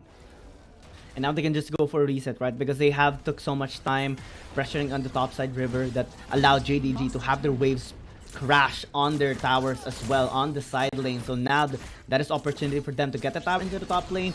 The tower in the bot lane almost got taken out as well by the huge wave. Fortunately, Lisa was able to take it down, or take the wave down. So now they're just trying to establish again the same wave management that they had prior to the Baron attempt of Trace Esports, with the gold still stuck at 6k. I think this is still good for Trace Esports now that Riftmaker has been picked up by Rose. That is all his abilities enhanced, upgraded, and you can easily just maneuver on the team fight as well.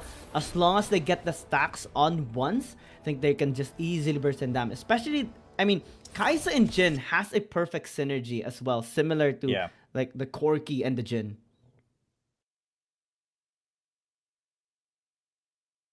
Quirky Jhin that comes out on top, but you know, Kai'Sa Jhin making a really good case for it. But Jingdong Gaming, they are just going to be grouping up in mid. Trace Esports going to be coming in from the right side. It's Doki who tries to go for it. But there is a very, very long cease and desist. And all the stasis are going to be popping. Feibai is still very much alive, but a little bit low. Oh, they got Somebody him! who's not alive, though, that is once. He gets the Mashin just as the sword drops onto his head, just like Damocles. But now, Trace Esports, they take that one kill and they get out of there. Now they can actually take maybe the Dragon or even the Baron, because once it's dead, this is opportunity again here for Trace Esports. And the reason why they were able to take down once perfect there is because, you know, the AP Kai'Sa, just a few auto attacks into the Void Seeker will allow you to get the big chunk of the HP of that Atro and then drop the sword. Now, can they actually steal? They're gonna try.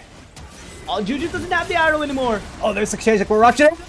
Oh no, I thought it was a steal. No, it's just the Jhin securing with a fourth shot. Jaja. That wasn't even the fourth shot. That was the third shot even. Yeah. Yeah, he didn't even use the fourth shot. So, Crit Jhin. You know, big props. Yeah, just doing wonders, right? This is why Jhin is just so good right now in the field of Wild Rift. Even in my games, we always experience, you know, the big damage coming in from the Jhin. And now, with the same damage required to take the Baron, now they're able to take the second Dragon as well. This is looking very clean now and really good for Trace Esports. JDG is definitely having a hard time. They're trying their very best, especially working around Sunny and once, but simply not allowed just yet here by Trace Esports. Yeah, it is looking a little bleak, if I'm not gonna lie, on the side of JDG, because Trace Esports are just so dominant right now. Weiba is actually the richest member. They will be taking at that inhibitor turret down. JDG now once again funneled into their base. There's a curtain call to start this siege off. 1, 2, 3, and 4. The fourth shot misses. Unfortunate, but that will give them the space they need to take out that mid inhib. And this is looking like this could be the first blue side win we've seen in the playoffs. It's looking like that, right? 7,000 gold lead and a half as well. Very similar to how JDG established control in game number 1. But this time, it's switched off. Blue side priority now for Trace Esports, definitely redeeming their game number 1 performance, especially with this Vipic and Kaisa into the mid lane. Now, Elder Dragon is up. This is still opportunity for JDG. If they can take this, they can easily win a team fight. Yeah, and JDG, they are a little bit slow on attack as the one who gets in the engage, but there's the Vault Breaker, the cease and desist, but he's in stasis. Will Once be able to save it? No, he won't, as it goes to the side of Trace Esports. Doki goes down as well, Feibai gets eliminated, and now it's just Juju. He's gonna get hunted down. The Flash will not save you. The Predator Missile will secure that kill and execute him. That's an ace. Very, very clean from Trace Esports, and they should be winning the game off of that. Clean as it gets. Trace Esports redeem their game number 1 performance in 18 minutes and 47 seconds. They win game number 2 as well. And this is the necessary adjustment that we have asked them from game number 1. They made it and executed it perfectly as well against JDG. That last team fight as well was beautiful from Trace Esports. Absolutely. The way they were able to focus on Once, taking him down just before the Elder Dragon was at Smite range was perfect. And that allowed Weiba to get the Smite, secure the Elder Dragon, and basically win the team fight from on. And it's all because of the early advantages that actually were made by Weiba into the mid lane for Rose and into Lee Sao into the top lane. That paved the way for them to establish control early into the game and just, you know, keep up the momentum, grow, make it grow even better as the rest of JDG tries to catch up, but it wasn't allowed the whole game. Yeah, and I mean, if you have that kind of Weiba on for the rest of this match, I feel like, you know, there will be a lot more that Trace Esports can't say. We might even see this going, you know, all the way, just like yesterday, if that does happen. And I mean, if JDG can actually fight back again, this could become very interesting really, really quickly. Because right now, Trace Esports has found a kryptonite towards this Aatrox of Wands. And I don't think JDG is going to be trying it out again anytime soon, unless they find a different champion here for Sandy, because the Gwen as well isn't really the best performance here of Sandy in this game. With triple scaling, it's so hard to execute, and it's the same problem that Trace Esports had in game number 1. And JDG, with this kind of loss, I think they're the ones who needs to have a better draft come game number 3. Triple scaling is so hard. It's very complicated, and Trace Esports was constantly bullying all of the lanes, providing, you know, the necessary leverage that they need to take down Sunny, take down Feibai, and even Once as well at the very end. Kaisa, the AP Kaisa is definitely working right now, especially with those items acquired by Rose. With the perfect synergy of Lee Sao, he can easily burst down the Aatrox of Once. And it happened twice. Once in the mid lane, once in the Elder Dragon fight as well. Absolutely. And I mean, it does happen like that. Weiba is just a little bit too on point with his Vault Breakers, with the cease and desist, always targeting the priority Once. So, man, it just becomes so much more difficult from here for Jingdong Gaming to come back from that. So with all that being said, this is still just game number 2. There are a lot of adjustments that they can make, but it does seem like, you know, that one strategy that they had has been found out and won't be tolerated anymore by Jingdong Gaming. By Trace Esports, because Jingdong Gaming, they basically did the same thing except for switching out Sanny's champion, you know, from the Fiora to the Gwen. So what will the adjustment be? Let's wait and see when we get to game number 3. I just rhymed all of those syllables unintentionally, but that felt cool. Okay, I was trying to think if Weiba will get the MVP because he enabled the rest of the team, but well, the stats really show that Rose made it work, or made all of the efforts Weiba worth it. Having a 7-1 and 2 scoreline, dealing 42% damage on the team, that is just obnoxiously high. And was able to perform really well in this game 2, and JDG definitely are going back in the drawing board, trying to have a different roster prepared for game number 3, especially if Trace Esports would opt to stay on blue side. Exactly. So back to the drawing board it is for the boys at Jingdong Gaming, but Trace Esports, they are ready and willing and very able to adapt. So who is going to come out on top? We will see you guys for game number 3 after this short break. After 2 months of intense competition, the WRL A1 regular stage concluded splendidly, with 8 teams from WRL CN and 4 teams from WRL APAC emerging as the standout performance among the rest. KBG secured the top position in WRL CN with an impressive winner stick, closely followed by JT. In WRL APAC, Seoul KTRY showcased remarkable dominance, while Bariran ERU also displayed commendable performance. For those summoners who crave more action, the playoffs will commence on June 21st, where the 12 victorious teams will continue battling for the prestigious title of WRL A1 champion. The playoffs in both WRL CN and WRL APAC will follow a BO7 double elimination tournament, allowing only 2 teams from each conference to progress to the finals. The first place team from the regular stage in WRL CN, Team KBG, will go head-to-head against Team Nova, while the remaining team, JT, will directly versus JDG. The 2 victorious teams will then compete for the first spot in the WRL CN finals. Meanwhile, in the losers bracket, the 5th place JDG team will select TE as their first round opponent, while the remaining team, WBG, will confront TT. The winner of the first round in the losers bracket will then face the opponent determined by the first place team in the regular stage, and the final winner will earn a spot in the finals. Additionally, the 4 teams from WRL APAC that advances to the playoffs will also engage in the double elimination tournament, where 2 winners will be chosen to proceed to the finals. The finals will unfold over 3 thrilling days, promising an unmatched level of excitement. On the first day, the 4 teams will engage in a BO1 single round robin, and the team that finishes with the top rank will secure the first ticket to the grand finals.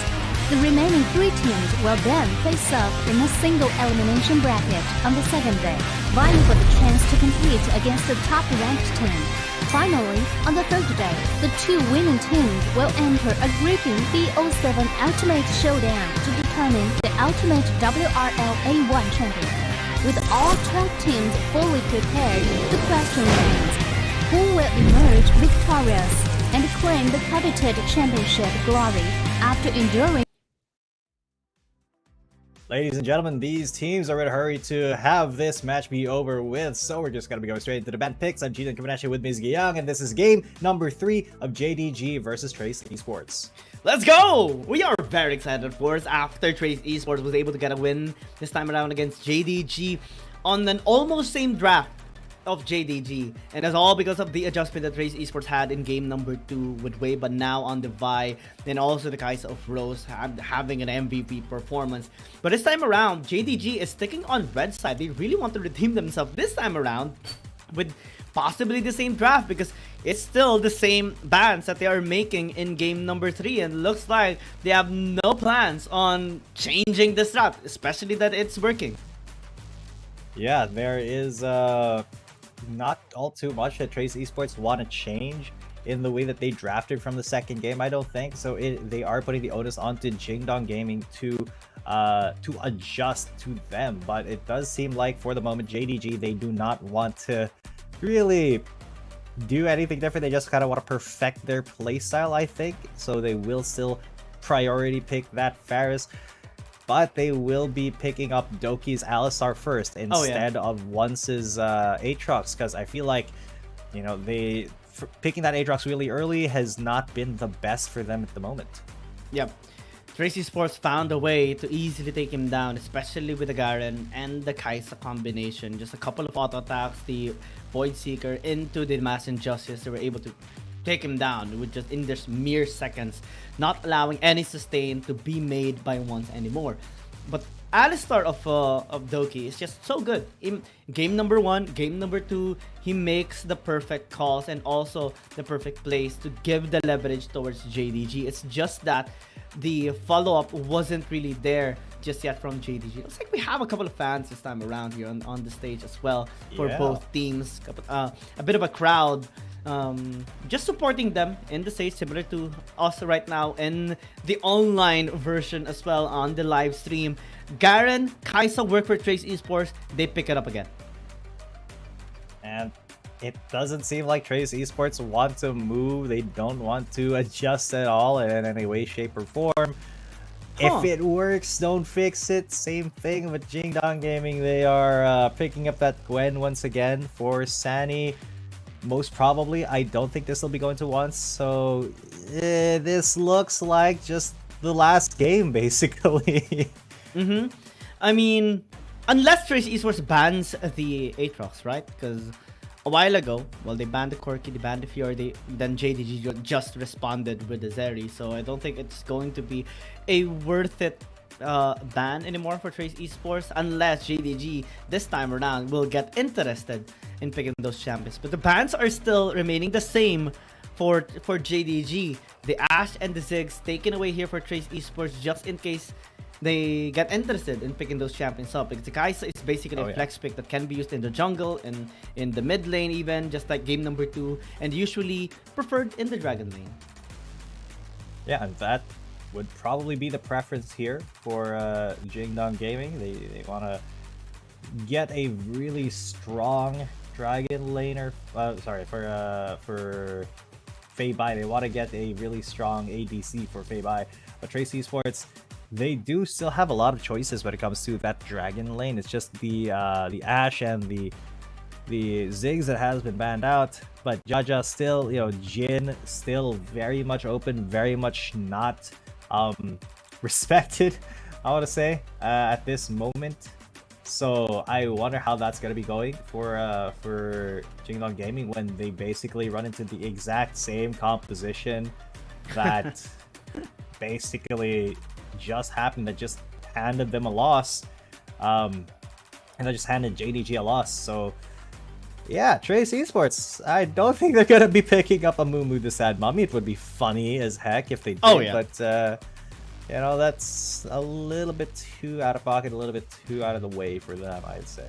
Honestly, I was expecting, the Amumu to be locked in during the latter parts of the regular season on the games that won't really have that much impact on the standings of the teams. But yeah, we didn't see it, unfortunately, and I don't think we are ever going to be seeing that champion anytime soon. JDG locking the Shinza, I think, is a good pick here for themselves. Have Sani on the scaling, but have once this time around to enable the rest of the team, just like how Weiba operates in this game. And the combination of the Gwen Mist and the Shinzao Crescent Guard, I think, is going to have a very good interaction for team fights to dissuade the members of Trace Esports, isolate them as well, push them back. That is a perfect disengage tool when JDG doesn't want to fight. Yeah, and I mean, look at how the compositions have come out. It's the exact same comp that Trace Esports used to win. So with that composition being revealed, Jingdong Gaming, they have to be super aware that the early game is going to be very deadly for them. It is going to be Weiba's playground, basically, and they have to either respect him or try to gap him. With the pick up of the Xin Xiao, I want to see it do well, because Xin Xiao is just a very cool champion. But it's just a very minor adjustment on the side of JDG. Will this be enough to actually turn the game around in their favor? I mean, in terms of interactions, right? The Shinzao can use the Crescent Guard to push Weiba back later on objective takings. Maybe to give a leverage towards ones in taking those camps for himself, like the Dragon or the RH or even the Elder Dragon and the Baron later on. Tact still going with its usual routine. But I think this time around, with Sunny helping out once, he's gonna be spotted out. Okay, still able to get a couple of chickens.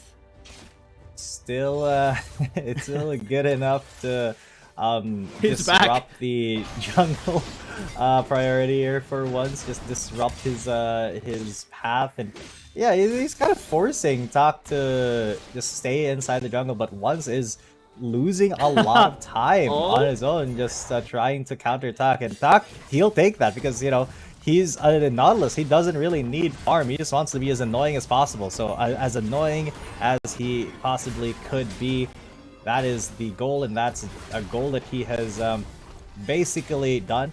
But in consequence, JDG have gotten a couple of turret plates very early on here in the bot lane.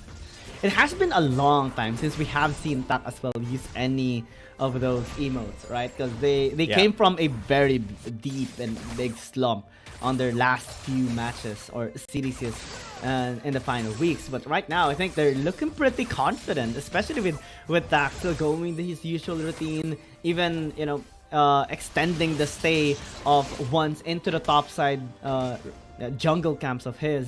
Just allowing Weiba to get a leverage in terms of clearing the camps and having him, you know, be able to gank early like this. Oh, Doki is in a lot of trouble now, as he will barely survive. No, he won't. The Ignite will take him down. It's Tak's kill. The first blood does go to Trace Esports. Look at that. Just because of the interruption of Tak, he was able to provide Weiba the better clearing time, able to clear all of his jungle camps while once he still pick up the blue and the grub. Oh, Sani now, he is in a lot of trouble, a world of hurt here. Trace Esports, they want to dominate this game very early on. Once again, it's the play that they're doing because they see that Jingdong Gaming, they are still on that scaling composition. They know that, you know, it'll take a while before they are really able to do anything. So this is the window of opportunity that Trace Esports has to start the snowball, really. And that is something that this composition is incredibly good at. You give Rose a little bit of a lead, and then he just starts hurting, and he never stops hurting. But Tak is going to start hurting right now. Doki just barely getting stunned up there, but Tak is going to get flashed on. It's the Gwen who gets a kill. Sani now aggressing onto Jaja. There's Doki with a headbutt pulverize, but he is under tower. Will Jaja go for the ult? He's not going to risk it right now, but on the other side of the map, the cease and desist onto Juju. He's not very mobile at all. The flash auto attack Lisa will secure that kill. So 1-for-1 trade at the very least on opposite sides of the map. Trace Esports still finding ways to answer back against JDG. Let's take a look at the replay again because, you know, Weiba is just so good on the buy. He missed the Vault Breaker into the flash, but the cease and desist allowed them to still get the kill. And handed over to Lisa is going to be very good for him to get some gold and just be more tanky come late game. Yeah, and the tankier you are, when you hit that late game point, the better it will be for Trace Esports. The longer he can survive and, you know, get that Dimash and Justice off onto possibly a priority target or whoever is getting low, maybe usually Doki, because he is kind of tip of the spear of Jingdong Gaming. And unfortunately, once again not really been as effective in the early game as Weiba. It just felt like that game one, Weiba got really mad after that, and he was like, alright, I see how it is, and then he just picked Vi and started running rampant in the early game. And influencing the whole map as well, right? His gangs has been very, very efficient to enable the members here of Trace Esports, and it's causing a lot of problems here for JDG as well. Now, the gold is even, which is good because JDG is still finding ways to get some leverage for their members. We now see the Riftmaker completed here for Sani as well that will help him sustain in the latter team fights. With the Black Cleaver as well, they are going to be able to make the members of Trace Esports less tanky, more vulnerable as well for the upcoming team fights, because we can see JDG prioritizing Dragons all the way in the series. Yeah, because JDG, they want to go for, you know, their late game spike. They want to be able to get that third Dragon Power spike. They want to contest that Elder Drake But it does look like Trace Esports, they are on the way to contest this. Weiba is there, so is Lee Sao. They are going for a little bit of a pincer maneuver. Once has been forced to retreat into his jungle. That dragon will be stopped up, while Rose is going to try to solo the Rift Herald. Nobody has really suspected a thing here from Jingdong Gaming because they see, oh, the jungler is over here. But that's not the only person who can go for the objective. Oh no. But speaking of jungler, Weiba is going to be going to the Rift Herald, while the rest of them, they are going to pile on to Juju. But it is firstly the support, the Nautilus, who goes down, and it is just going to be an objective trade. But Trace Esports lose a member. Yeah, and they weren't able to pick up the kill onto Juju as well. They tried the same strat that they did in game number 2, but this time JDG is more ready. They were able to stop them just on that brush in the mid lane, and were able to draw attention. And especially since Trace Esports turned onto Juju, it caused more problems on Trace Esports side, especially with the performance there of Doki, saving him up and even taking the kill on to Tak at the very end. It allowed them to now get the dragon, save the bottom lane tower through Sunny, and just slowly get some sort of advantage, because as long as they get the dragons, this is going to be very problematic for Trace Esports. The Gwen is just so difficult to take down in the late game, because yeah, you have the Vi, you have the Kaisa, but can they actually reach in time there onto this Gwen? Because the Mist is going to do so much good things here for them. But Jingdong Gaming, they are trying to stop this Rift Herald from, they are trying to stop this Rift Herald from coming in, but it looked like it was attacking Jaja for a second. But they are going to be clashing in front of Shelly. Shelly does get the charge off, but there is stasis. Hawk is not going to be having a good time as he goes down. Unfortunately, Rift Herald will not be taking that tower down, which is so unfortunate for the tempo of Trace Esports. Yeah, so the whole intention of getting the RH is now nullified, right? So it gave more advantage towards JDG. Now working around, getting a couple of plates here into the top lane, also with the dragon. Trade it up, it's so good, but Weiba's here. Yeah, Wave is here. He wants to go for the cease and desist. Just get the bird in the hand, not the two in the bush. He will get that kill onto at least the support, but Fei Bai will still be alive and kicking. That would have been the priority target. Try to gap the Zeri, but they'll just settle for a tower take. Yeah, tower gonna be exchanged though by JDG into the bottom lane as they take one for themselves too. Juju needs to be very careful. Tak is here. They have no vision into the top side river as well. Tak is just waiting for Jaja. Looks like Juju's gonna be safe. 110 HP on that tier 1 is definitely very scary for JDG. I think Trace Esports is just gonna be eventually take that tower down with just a single wave. But so far JDG is looking pretty good. They're able to let their carries scale up, especially for Fei Bai and Sunny, and that's their primary tool to take down Trace Esports, because no matter how tanky Lee Sao gets, Tak as well, and even Weiba, the Gwen is gonna shred them up. And it's going to be very difficult for Rose and Jaja to actually damage this Gwen, because you have the Mist again to just negate all of those damage outside of that ability. Yeah, and man, at this point, Jingdong get 6 HP. 6 HP, man. On that so tower. frustrating. Wow. That is unlucky, Rubber Ducky. And these towers are so low. All Trace Esports have to do is, blow on them a little bit. Just send a little bit of wind in their directions and they will fall over. But Jingdong Gaming doing such a brilliant job of just keeping them alive. The wave clear is insane.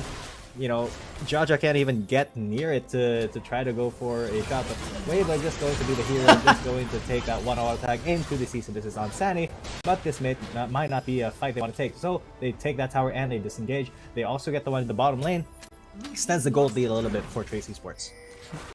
Weiba definitely had his OCD kicking onto him. He was like, screw this, I'm going in, I'm taking this tower down. Was able to escape at the very end. So it's here. Assassination attempt onto Fei Bai. There's a Cathian Rain and the Predator Missile, but no killer instinct to try to go for that because he knew that is very mobile, can just escape with the push of a button. Yeah, Trace Esports, they're focusing on scaling as well, letting Rose get his item, successfully scale up into the late game as well. It's just 10 minutes into the game, but the second dragon is spawning up. JDG secured the first. If they get the second, this is going to be huge because, again, if they get any sort of sustain dragon sacks. Especially this is an ocean dragon. They picked up the mountain dragon already. If they get the second, it's going to be huge. Doki once again, but he misses the headbutt pulverize. He just headbutts Lisao back into the fray, but that is a guarantee. He will get taken out immediately because of the chain of corruption. But now the curtain call. Who's going to be calling curtains here? Once is going to be tanking quite a lot of it. Sunny does tank that fourth shot, and it will not do a lot. So with that pick, it is going to be JDG who have the onus here on the Dragon. Wave is still off onto the side, looking for maybe a steal here with his Vault Breaker, but that Dragon's a little bit too healthy, so they're just going to back away, give that over to JDG. Yeah, but this is a big lead again here by JDG. Mountain Dragon, Ocean Dragon, double stack as well means more sustain and durability for the members of JDG. And Trace Esports is already struggling getting the damage done, especially onto Sunny. Look at how he's just able to negate the damage. But Doki as well is always proactive in setting up the plays. This time he misses, but still able to take Lisao into an isolated position, and that paved the way for JDG to get the -1. Sunny, of course, with the miss, is just able to maneuver around the team fight without any threat from Rose and Jaja. Yep, zero threats whatsoever from Rose and Jaja here.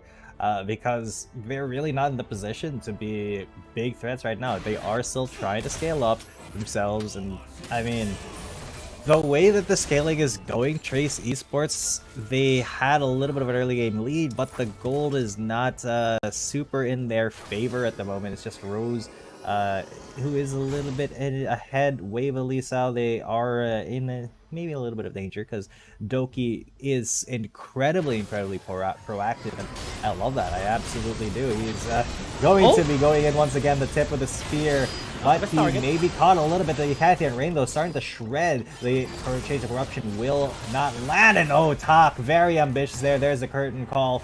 Unfortunately, the Dredge line did not hit. The Death Charge will not go off either.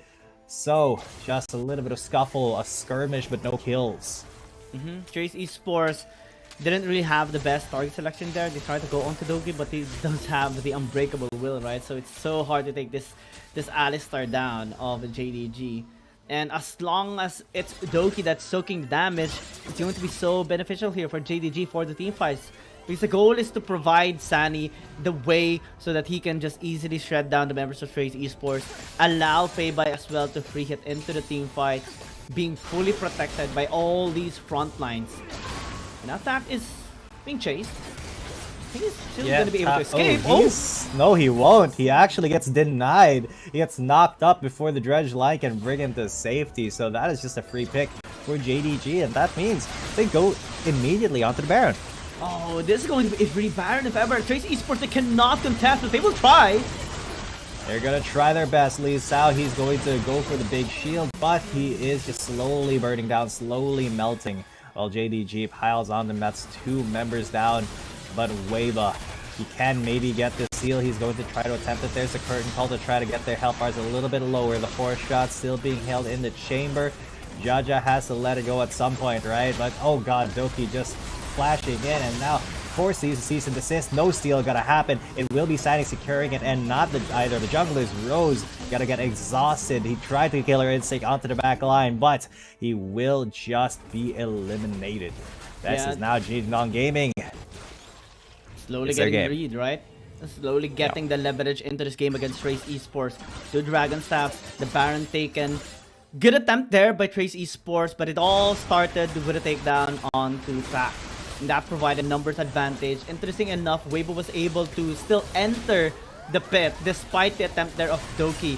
But the smite was a little bit off. Still, it was fortunately Sunny that took the Baron for JDG, and that allowed them to just pile on the overextended members of Trace Esports and get more gold. Now they're bashing into the mid lane. They want to end this game.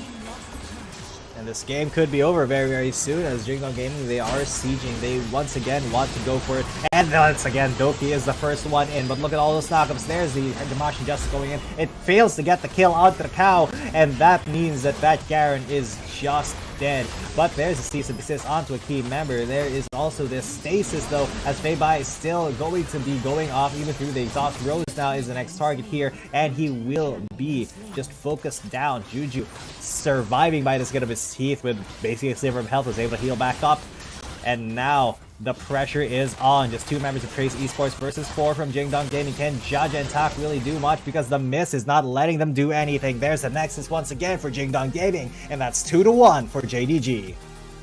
Incredible performance, incredible adjustment, and the execution was definitely on point on JDG. The prioritization on the scaling side definitely allowed them to have more stability into the rest of this game, especially with the Mountain Dragon, with the Ocean Dragon. It's helping the members of JDG so much sustain themselves in extended team fights. We have seen Trace Esports try to go with the isolated plays, but it didn't really work for them. Nobody can actually take down Sunny, and that's so problematic here for Trace Esports. A while ago, in game number 2, they were able to take him down early into the game because it was a triple scaling composition by JDG. But this time around, once adjusted, once adapted, and just paved the way for the other members of JDG to work around, farm up effectively and pop off at the late stages of the game. The way they were able to isolate the members of Trace Esports was perfect too. Once and Doki were making the best possible plays to layer down the platform for Sunny and Feibai and even Juju to just free hit all the way. Yeah, and even though that was a pretty convincing game by Jingdong Gaming, it did seem like, it only got really dire for Trace Esports towards the the last, I want to say, like probably 5-6 minutes of the game, because it was just the JDG show, man. It like they Trace Esports was still able to, macro and really contest and keep that gold lead close until pretty much the very end, where the superior team fighting came out for JDG, and they were just able to basically burst through the members of Trace Esports in the front, mainly just the Garen and also the Nautilus. They were not that tanky. They weren't able to stand up to the barrage of the piercing arrows, the Zeri, and the CC as well. Just keeping them locked down inside that cluster of JDG members was very difficult to deal with. And Sana was just having the best of his time here in this game number 3, right? Nobody can take him down. Even if Lisa, Weiba, and Tak tried to kill him, they won't be able to do so, simply because they're enabler champs. And it's Rose and Jaja that has to really deal the damage. But since he has the mist, Rose and Jaja can't go in because they're going to be threat with Doki and the rest of the members of JDG free hitting for days and able to anticipate their movements as well. So it's definitely a draft improvement here for JDG and a perfect way to execute this kind of composition as well by JDG. This time, Trace Esports going back into the drawing board for sure. This time, the same draft that they used in game number 2 that worked for them did not work with the adjusted lineup here of JDG. And I think the Xin Zhao is definitely going to be a big problem this time around, and will give some hesitations for Trace Esports, because now they're having a question: do they respect the Aatrox, or do they respect the Xin Zhao? I think they need to ban the Xin Zhao later on and force once to go back in Aatrox, because that has worked for them in game number 2. And if they are just going to be able to give a proper champion here for once to enable the rest of JDG, then it's going to be very problematic for Trace Esports come game 4. Yeah, it could become a really big problem for Trace Esports if they're not able to really be that threat that is needed, especially if Weiba is not on point in his early game pressure. But speaking of pressure, once really did his best to put the pressure down, especially when he was defending against his own jungle being taken in the early game, his Raptors. What a man, what a really good series of plays as well. So I gotta just give big props to that guy. He was absolutely insane with the Xin Zhao. So with that adjustment, what can Trace Esports respond to that? What do you think? I think they need more damage, a melee damage this time around. If Lisa can adjust, no longer focusing on the Garen, maybe a killer champion this time around to try and challenge Sunny, that can be their key. Yeah, that could be it. But speaking of this is it. This is going to be it for game number 3. We will be seeing you after a little bit of a short break, ladies and gents, for game number 4 as we get deeper into this match. I'm Cheat, and coming at you with me is Guillaume. We'll see you after the break. After 2 months of intense competition, the WRL A1 regular stage concluded splendidly, with 8 teams from WRLCN and 4 teams from WRL APAC emerging as the standout performance among the rest.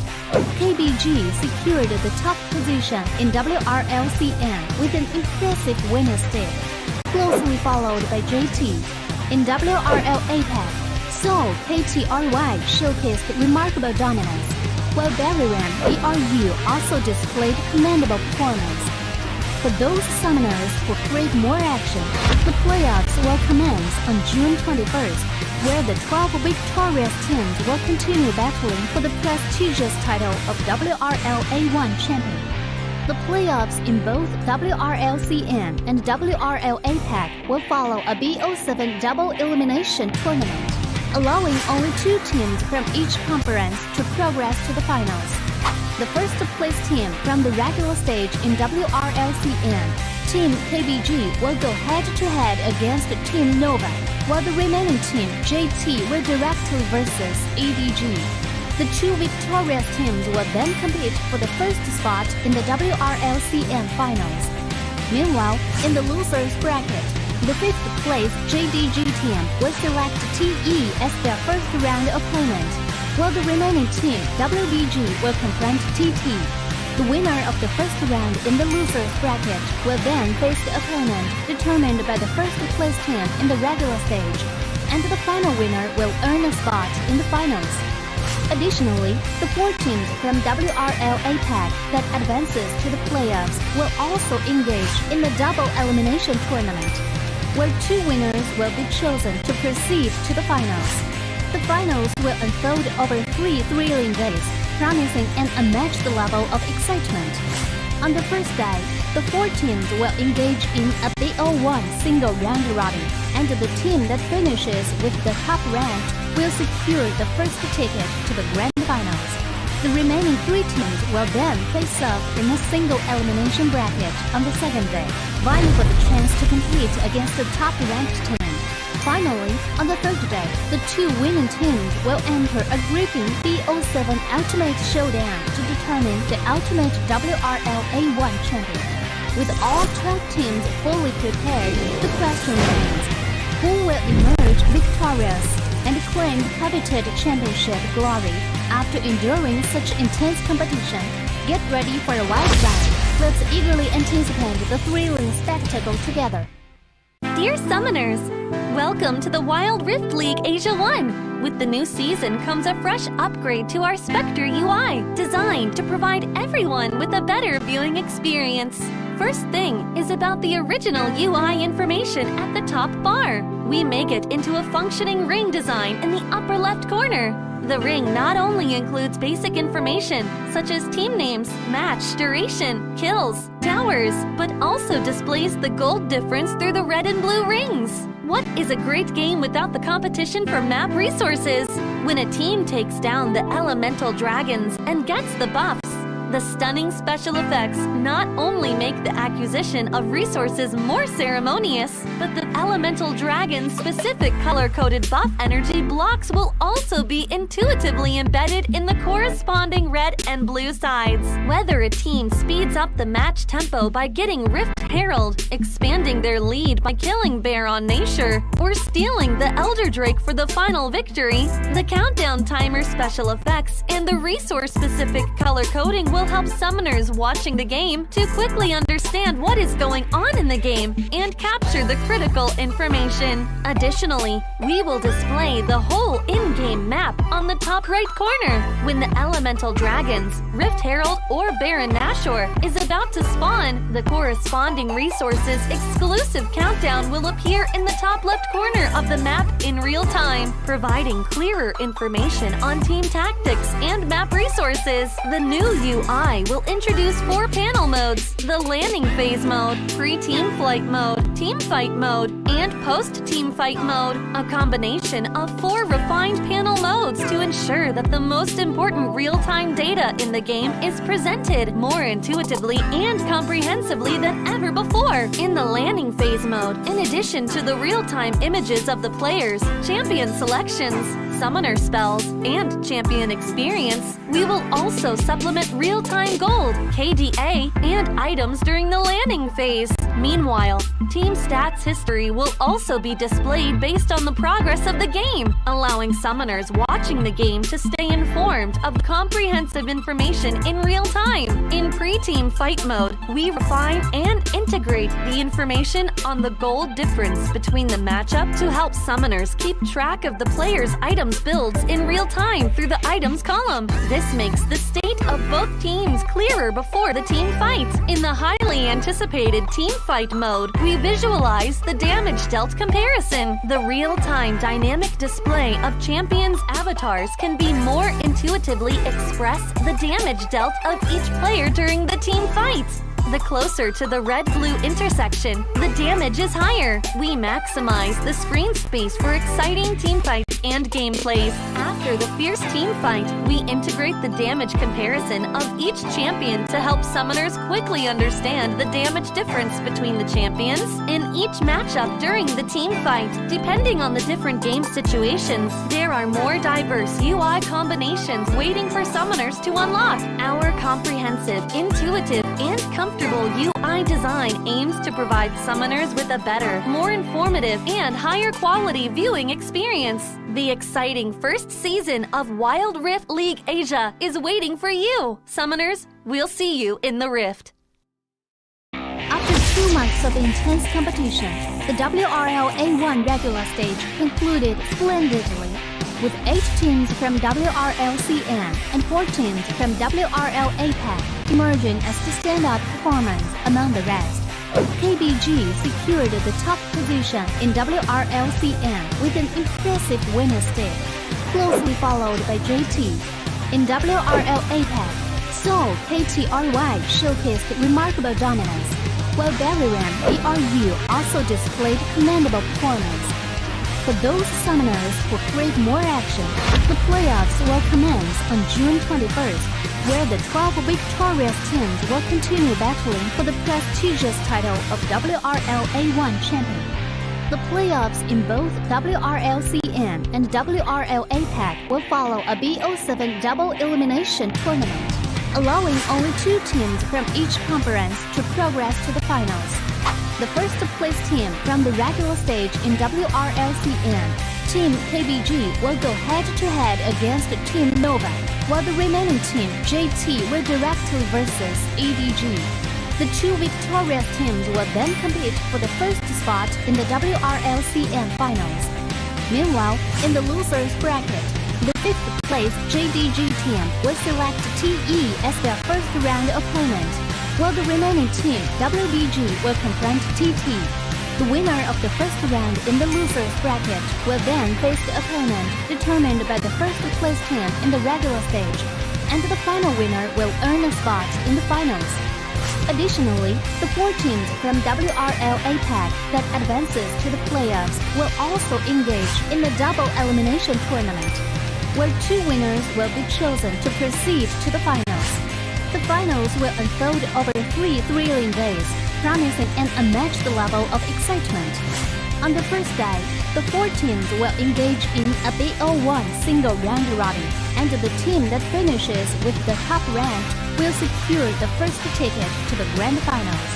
The remaining 3 teams will then face off in a single elimination bracket on the second day, vying for the chance to compete against the top-ranked team. Finally, on the third day, the 2 winning teams will enter a gripping BO7 Ultimate Showdown to determine the ultimate WRL A1 champion. With all 12 teams fully prepared, the question remains, who will emerge victorious? and claim the coveted championship glory after enduring such intense competition. Get ready for a wild ride. Let's eagerly anticipate the thrilling spectacle together. Dear Summoners, welcome to the Wild Rift League Asia 1. With the new season comes a fresh upgrade to our Spectre UI, designed to provide everyone with a better viewing experience. First thing is about the original UI information at the top bar. We make it into a functioning ring design in the upper left corner. The ring not only includes basic information such as team names, match duration, kills, towers, but also displays the gold difference through the red and blue rings. What is a great game without the competition for map resources? When a team takes down the elemental dragons and gets the buffs, the stunning special effects not only make the acquisition of resources more ceremonious. Here we go, ladies and gentlemen. Hope you enjoyed that little bit of a break that we had, but we are back now and ready for battle here at the WRLA Playoffs Day 2 because it is now the fourth game of the series. Will it be Jingdong Gaming bringing us to match point, or will Trace Esports fight back, bring it 2-2? I'm Cheetah, coming at you. With me is Guillaume, and I'm excited to see this next one, man. Yeah, because JDG is bringing back towards themselves the leverage and the pattern as well of the red side priority. It's definitely working so far here for JDG, picking up their second win against Trace Esports, especially with an adjusted composition this time around. It once even having the MVP performance after adjusting and having the Shin Zhao paving a way for Sunny and the rest of the team to just be able to successfully farm up and be in a better position on all of the fights. And also the way that he's always able to take those objectives for themselves, the Mountain Drag, the Ocean Dragon, even the Baron, despite the attempt of Weiba going in, is just perfect here for JDG. And now I think they are going to be able to maintain their same aggressive playstyle. Possibly if they take red side once again, then we can see this happening again. I think Trace Esports, again, we talked about before we went into a break, right? Lisa has to step up this time around. Find a different champion that isn't really a pseudo tank like a Garen to be able to match the same pressure here against Sunny, because having to always lose the lane is going to be very problematic. Even in game number 2, right? He was losing the matchup against Sunny despite the bullying that was established by Weiba. Yeah, it was a little bit difficult for him to really be as progressive there and aggress in the final stages of the game, especially with Sunny being so, I want to say dominant, because that is kind of the right word. Stable. Stable, yeah, there it is. A little bit more stable than the rest of the core there for JDG. But yeah, Once was just really the one who made everything happen, because he was a little bit more aware in the early game of where Weiba and Tak were going to be. And you know, once they were disabled and that Vi was really taken to task, it was a lot easier for Jingdong Gaming to focus up on whoever they wanted to kill first, because that was basically what JDG was. They were a ball of death. Yeah, they were always grouping up, and whenever they are grouped up, they can just easily work around and take down the members of Trace Esports. It's so hard to contest, and the way they were able to adjust the initial objective spawning in the 5-minute mark as well was perfect, because in game number 2 we saw Trace Esports get the RH and even contest in a nick of time to get the double objective against JDG and get a couple of kills along the way as well. But during game number 3, they were able to take the dragons for themselves and also neutralize the RH. So I think that's gonna be the same plan here for JDG come game number 4. Let's see if they take blue side or red side, because it's going to be an important factor here if Trace Esports is going to be able to adjust.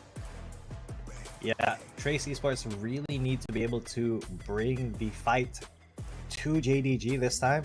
In game number 2, they did really well with Weiba just being a huge factor, you know, in the way that they played. And I don't know, man. It has to be Weiba who's carrying the torch, I think, for Trace Esports, because JDG, they have a lot of a lot of players to rely on, man. Not just once, but also, you know, Rose. Sorry, not Rose, but Fei Bai and Juju. So this time they switched, right? And yeah, interestingly enough, it's still the same bans coming in from JDG. The Yone, possibly the the Gragas, gonna be prioritized, I think, this time around by JDG. They're the ones who banned the Wukong, and Trace Esports are the ones who banned the Camille, possibly the Gragas, because I don't think we are going to be seeing that champion anytime soon, especially because of the amount of impact that you just have with a Gragas, the body slam, the cast isolation, and also when you build AP, you can just put it in the mid lane as well. That was demonstrated by KT Rolls or Y yesterday against NAS Esports. So it is going to be respected. JDG having first pick priority can pick up the Kai'Sa if they want. Or the Nautilus. Yeah. Oh, nice, either is very possible. The Kai'Sa.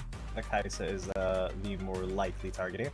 But yeah, now it's still not going to be the Kai'Sa first pick. It is Alistar. They want him to be the star right now. So yeah, a very support heavy, very support centric draft here from Jingdong Gaming. I mean, I understand Doki is always the tip of the spear. He's always the one who's making these engages happen for most of the time. But Trace Esports, man, now that they're on red side, maybe things can change a little bit in their draft, but they are still they are going to be going for the Varus this time. Wow. Not wanting to give that over to Juju, but the priority onto Rakan. I mean, yeah, Gragas and Nautilus are both banned out, so other than the Alice, you got the Rakan, but look at this. Fei Bai now wanting to carry a little bit. Okay, he's back on the Akali this time around, and Ashe. Wow, okay, this is definitely something that I'm gonna be looking forward to into this game. The Ashe arrows coming towards Trace Esports away. This is a way to actually take down Trace Esports. KBG did this against Trace Esports, which is one of the reasons why KBG won the game number 3 during their match against Trace Esports. Shamo was incredibly good on the Ashe arrows. Juju can also be that as well, especially with the amount of burst potential now with the Akali. But Trace Esports getting the Renekton is a necessary adjustment. This is something that we have asked for Trace Esports. Lee Sao, if he's the one using the Renekton, this is a good sign. Yeah, I feel like Lee Sao is the one who's going to be on that Renekton train, and yeah, it is going to be a good sign. It's going to be a brilliant opportunity there for Trace Esports. But that does, thinking that first, it does give Jingdong Gaming a little bit of a clue as to what they're going to be dealing with. So it will let them, you know, select a top laner that may be able to deal with that a little bit better. So now though, we get into the second phase of bans. JDG, they do not want Weiba to be on that Vi, because that Vi is a little bit of a problem for them. We see a lot now, a lot more different of a draft this time than the past 3 games. We are seeing a lot of things come out that maybe, you know, they were saving for when the chips are down. But right now, JDG, they just want to get to that match point. They're going to pick up 2 incredibly powerful laners. Fei Bai, that Akali can just go in all the time. The Shen angle, though, that is something that is, I'm gonna be honest, very scary to consider, but very possible for JDG. If they want to be able to have some you know, resistance in terms of the auto attacks, you know, get the taunts as well, maybe the Shen, it's going to be a good angle. This Kai'Sa can still go in the mid lane if ever. Yeah. And they're really saving the best for last year for Trace Esports. Wait a minute. Jingdong Gaming, what are you doing? You're gonna put Fei Bai on the... Wait.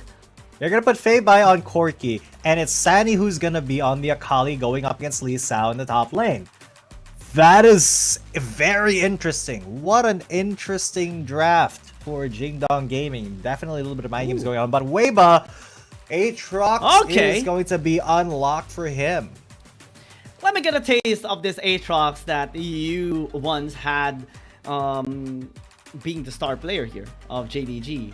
And I think this is going to be an interesting draft here for both teams. Akali onto the top lane, and of course, Corki into the mid lane here for Feibai instead will provide very interesting interaction here for both mid laners, I would say, because both are scaling. So I think we are not going to be seeing any sort of action, at least in the mid lane, the first 5 minutes into the game. But top lane, Akali and Renekton has been, you know, a matchup that we have seen a lot of times, even in the previous patches as well. It can go either way. It's up to the execution now of Sunny and Lee Sao, and this is where things gets exciting. We haven't really seen Lee Sao on an aggressive champion just yet. Most of the time we do see him on stable champions like the Garen, but this time he has to step up. He is stepping up, but he needs to take down Sunny on one of his signature champions in the top lane. This is a guy that is very comfortable flexing the likes of Akali and even the Corki at one time in the top lane. Yeah, and that does make this a lot harder to call for us as casters, because JDG Gaming, they are very, very flexible. They are not afraid to mess with their, you know, lane arrangement if that does give them the advantage. So, you know, it is very interesting and very cool to see that they are kind of drafting in such an interesting way. So I guess we'll just have to see how they actually execute it. But Jaja and Juju, they are going to be having a little bit of an arrow fight. Just going to shoot each other with their arrows. Both of them archers in their own right. So that is kind of cool that is the bot lane right now. Trace Esports in their draft is very flexible as of the moment. There are a lot of ways they can go into a fight. Eyes on Pack later on for sure with this Rakan pick, because we have seen a lot of miraculous plays being made by talented Rakan players. Even yesterday, right? Kato Y had an MVP performance on the Mel just because of his Rakan performance. It allowed him to get so much good angles in all of the fights, and now it's up to Tak to make the same plays. No longer he is going to be interrupting the farming of one. Top lane though.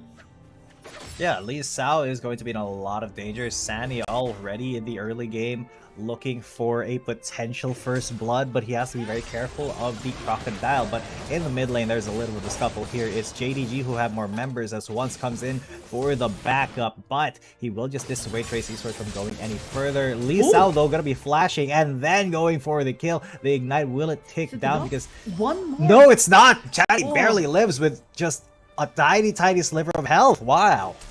Lee Sao tried to commit there. If Lee Sao was able to get an auto attack before his Slither Predator, it would have been a kill. That's how close the 1v1 was. And Lee Sao definitely was determined to get the kill onto Sand. That shows confidence, that shows potential here for Trace Esports this time around. Now I'm relieved with him in this Renekton, because having to see him a lot of times on the Garen is not a good sign given the switch on the Renekton, right? But this time, yeah, that kind of performance, that is going to give us more insurance, or more assurance rather, in his performance in the Baron lane against Sunny. Yeah, a little bit more confidence in that, in that performance in this Baron lane, because Renekton is an early game top laner. You know, he does provide some power in the early phases of the game, but he falls off just a little bit harder than that Akali, because the Akali is really meant to be, you know, a champion that, how do I say this, that can turn entire games around by doing the right things in the right fight, right? So Sunny has a lot more potential in the late game than Lee Sao, because Lee Sao basically just is a big chunk of alligator meat in the in the late game there. But there's a Chad Crystal Arrow, it will hit, and that's going to be a kill. It's once to pick up the first blood, and this is why you ban out the Ashe, ladies and gentlemen, because that Enchanted Crystal Arrow and Wild Rift is so potent. It is also the main kryptonite here of Trace Esports so far, and it's definitely working right now for JDG. They have to really watch out for those arrows whenever it is on cooldown. Juju is gonna be casting it and trying to land on the members of Trace Esports. No one is safe, not even Weiba later on as an Aatrox, because there's no pure tank on Trace Esports. Yeah, Yeah, no pure type, but Juju is going to be flashed on. The auto attack will land, but it won't kill. No, the rain will not fall on Juju's parade today. I actually thought it would be the scattered arrows before the piercing arrow, to get the better combination and a proc of stacks, but yeah, that slight change allowed actually Juju to be safe, especially after the flash initiated by Jaja, and the flash was just, you know, the usual response by Juju to be safe. Now, since there's no flash on this virus, that's again an opportunity for JDG. When that arrow is available, they can just cast it on Jaja, and JDG is gonna be watching for that opportunity. Oh yeah, whenever that enchanted crystal arrow is online, when it's off cooldown, JDG have a very big opening. So that will at least draw some flashes, but JDG have to be in the right position, mind you, to actually take advantage of that. So their positioning going to be incredibly important when it comes to these later team fights. So I really want to see how that turns out for them. But now let's take a look, because this is going to be a little bit dicey, I feel, for the side of Trace Esports, as JDG are the ones to maybe start the dragon here. There's 3 members of Trace Esports, Weiba specifically trying to get them off, because, you know, Trace Esports, they want the 3 dragon buff. Oh, and that is an engage once again onto Doki. There's the quickness and the grand entrance, but it is Weiba who goes down first. He is going to get snapped up by Sani. The Chains of Corruption will stop any further aggressions here, but without the jungler, that means this dragon will be free for Jingdong Gaming, unless Lee Sao has something to say about it. He tries to flash out the Payba, he does get a Ruthless Predator, and he does give the kill over to Rose, but now the rest of the health bars from Trace Esports a little bit too unhealthy to be continuing to fight, but once we'll be getting the dragon off the back of that. I mean, it's still just a 1-for-1, so JDG was still able to get a kill onto Lee Sao at the very end, so it's pretty much nullified, and still JDG was able to get the dragon for themselves. It's much better, and the positioning was also good. I want to see a replay later on what happened, because the initiation for Doki was a little bit off, but the follow-up by Once was still there. That was able to isolate Weiba, or the members of Trace Esports to help out Weiba. And again, oh no! Oh. Okay, that could have been bad. That could have been bad, but we're going for double fair enough. here. Fair enough. Yeah. Trace Esports, they want to contest, but they're being prevented from doing so. But now they are going to be going to go for it, and there's a triple knockup there. But it's still going to be the Rift Herald for Jingdong Gaming. They are able to retreat very safely, as Sadi is forced to flash there. Weiba tried to go on him. But yeah, both early objectives going the way of Jingdong Gaming. Predator missile not going to hit, so no killer instinct available. But Talk with a quickness of flash. He will take a tower shot. Fade by will be getting that kill, and Doki re-engages immediately. A kill off Juju, and then once just jumps in onto the Crocodile. That's 3 kills for Jingdong Gaming immediately.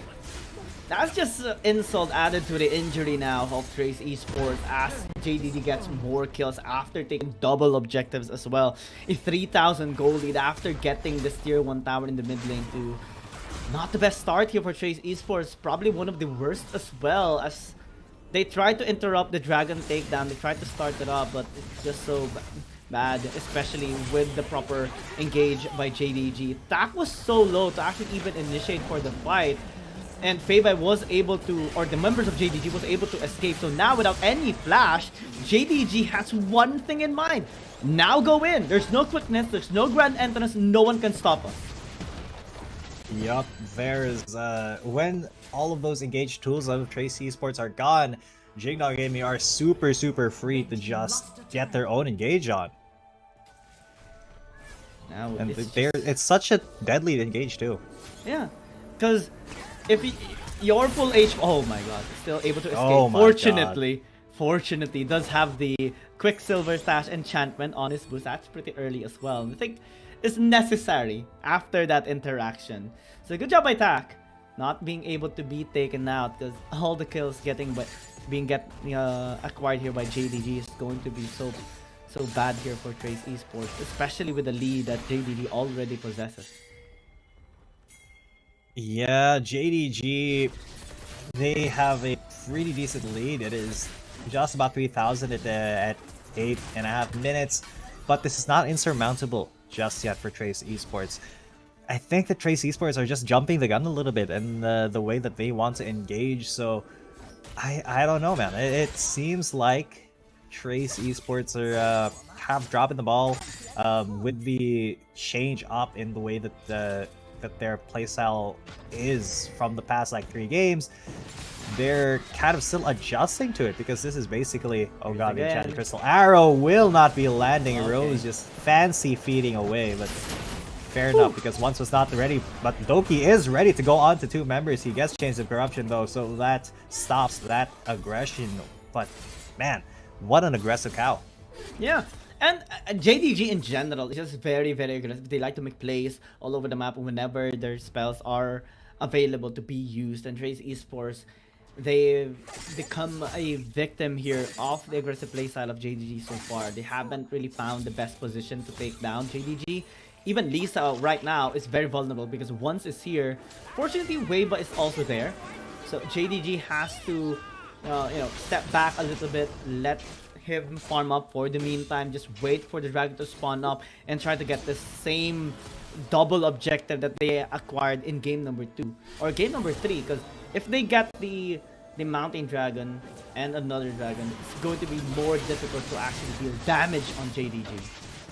Oh yeah, but right now it is just JDG trying to melt down this dragon as fast as they can, as Doki is going to prevent the rest of Trace Esports, and he will be going for a double pulverize there, but the rest of the fight is on the right side. Once though is going to be going on to Tak, as Tak will fall down. Weiba now, the jungle versus jungle, as Sadie just flashes in. He is such a strong ninja right now, as there's the execute onto Weiba, and another kill for Sadie onto the mid laner Rose, as JDG, they extend their lead by, how many more kills? 3 more kills. Yeah, and also secured the dragon for themselves. So now, additional cooldown provided for Jaja, for Juju, and the rest of the members of JDG. Amazing arrow as well, preventing any sort of attempt here for Trace Esports to try and steal. And this is basically an unnecessary part for Trace Esports. But since they are too deep into this river, JDG found themselves an opportunity once again. Weiba cannot deal any damage because Once keeps interrupting his engages, and Sandy deals so much damage. The impact of Once with the Xin Zhao is definitely amazing, very reminiscent of game number 3. Absolutely, and this time, that last game just really showed how Once is raring to go on that Xin Zhao, and he's doing the same thing here. He is not hesitating at all whatsoever when it comes to these engages. He is always like, all right, I'm gonna go in and I trust my team to have my back. And fair enough, they do have his back whenever, whenever he goes in. And so it is a very, very good thing for JDG that Doki is really enabling Once and Sandy to be the aggressive fighters that they want to be. They want to be in the middle of the fight, and that is where you can find them. It's like having 3 utility players, right? The Alistar, the Xin Zhao, and even the Ashe helping Sunny be as perfect as he can in terms of execution. And Feiba just being able to wreak havoc with the damage of this Corki as well. So that creates so much complications right now for Trace Esports. They could not engage because they have no front line. Yep, but here's a Enchanted Crystal Arrow. They don't need a front line, excuse me, as Weiba is probably going to be the front line here with the World Ender especially. But now, let's look at how the cow is down. That is how now Brown Cow.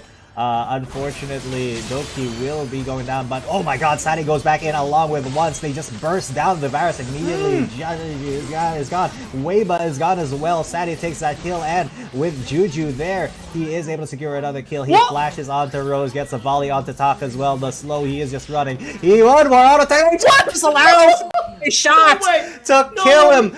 Oh my god, Juju, he's running. He's hauling butt into the Baron pit with Once.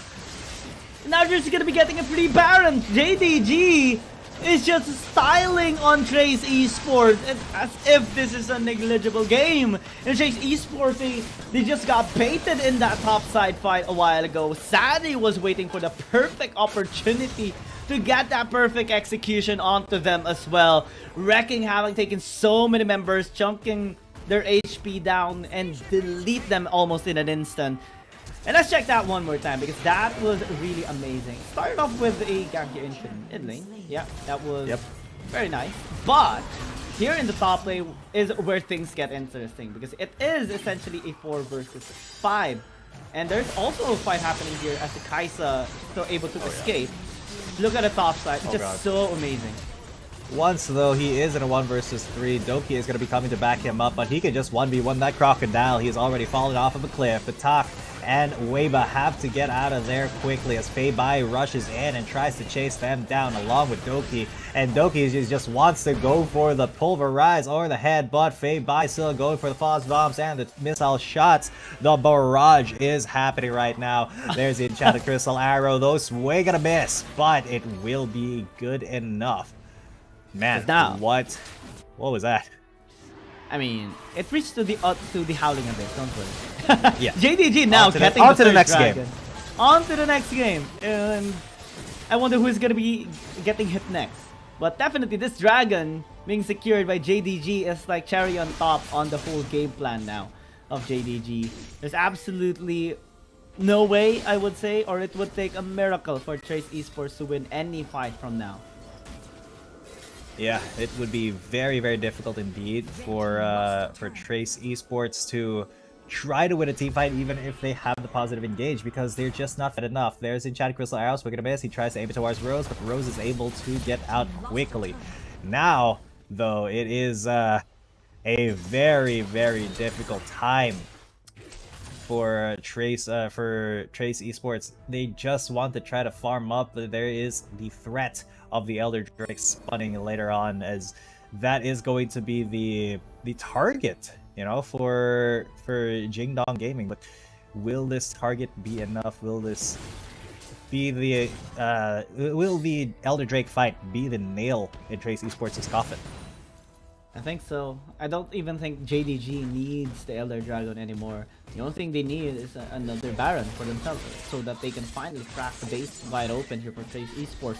The gold lead is just too massive. 10,000 gold lead is almost unreversible here by Trace Esports. They have some scaling champions, but it's not as effective as JDG's. Especially Corki, Ash, and even a late game Akali with 10,000 gold lead is definitely a tough mountain to climb this time for Trace Esports in this game 4. And we have been complimenting the likes of Tak on his playmaking potential, but this time even he is a victim of the suppression here of JDG, especially because of Once's performance. Juju as well on the arrows, and it's just every single member of JDG performing so beautifully in this game. Yeah, every single member of JDG has been, you know, carrying their own weight. I can't really decide on who's the MVP because they've all had some really standout plays in this game alone. None of them have really been, you know, left out. Sadie, Juju, Ones, Doki, Fei Bai, they have all just worked together to gap Trace Esports in there. They're working together once again with the Enchanted Crystal Arrow into the head of Pulverized combo, but Once is taking quite a lot of damage, but they are going to be knocked Weiba back. This is going to be piling onto the Crocodile, and that is Lee Xiao gone from the fight. There's a death rush being set up now. Weiba and Tak, maybe the next target's here, but it's such a beautiful thing to see JDG working together in concert. You know what they say, right? Rinse and repeat. JDG can just come do this again and again.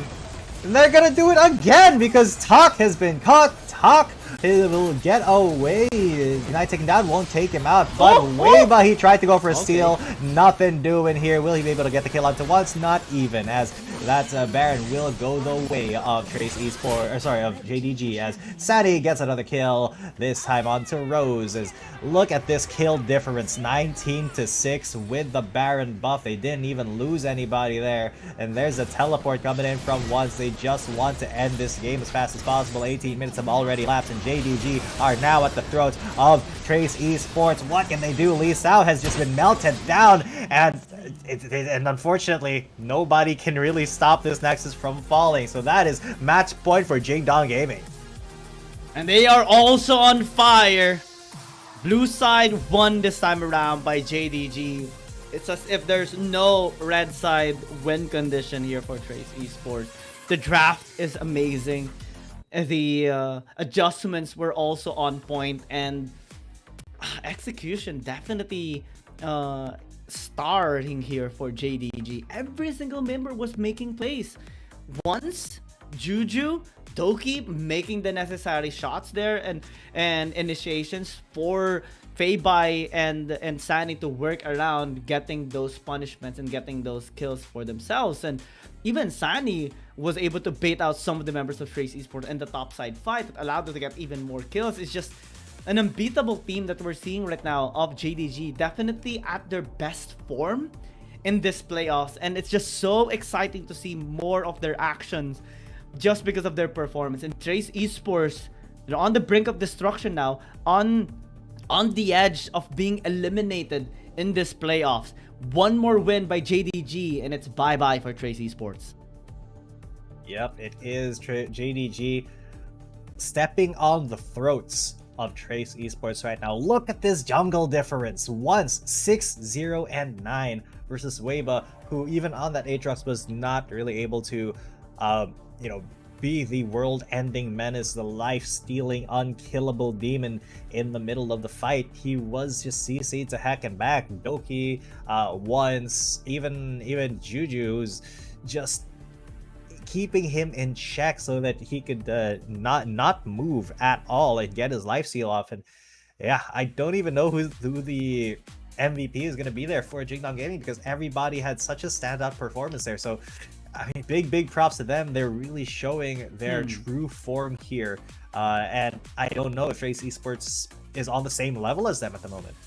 I mean, every single member of JDG definitely performed at their peak level condition in game number 4. But I think one of the reasons why they were able to do that is because of Once. And he is very much deserving of this MVP. I mean, I'm going to be happy with any single member here. Even Doki was making so many plays, but he was always there, consistent as well in game number 1, 2, 3, and 4 here in this particular game. Trace Esports could not find any sign of weakness anymore here for JDG. Their initial strategies that worked against them no longer works. And finally, I'm actually relieved to see this.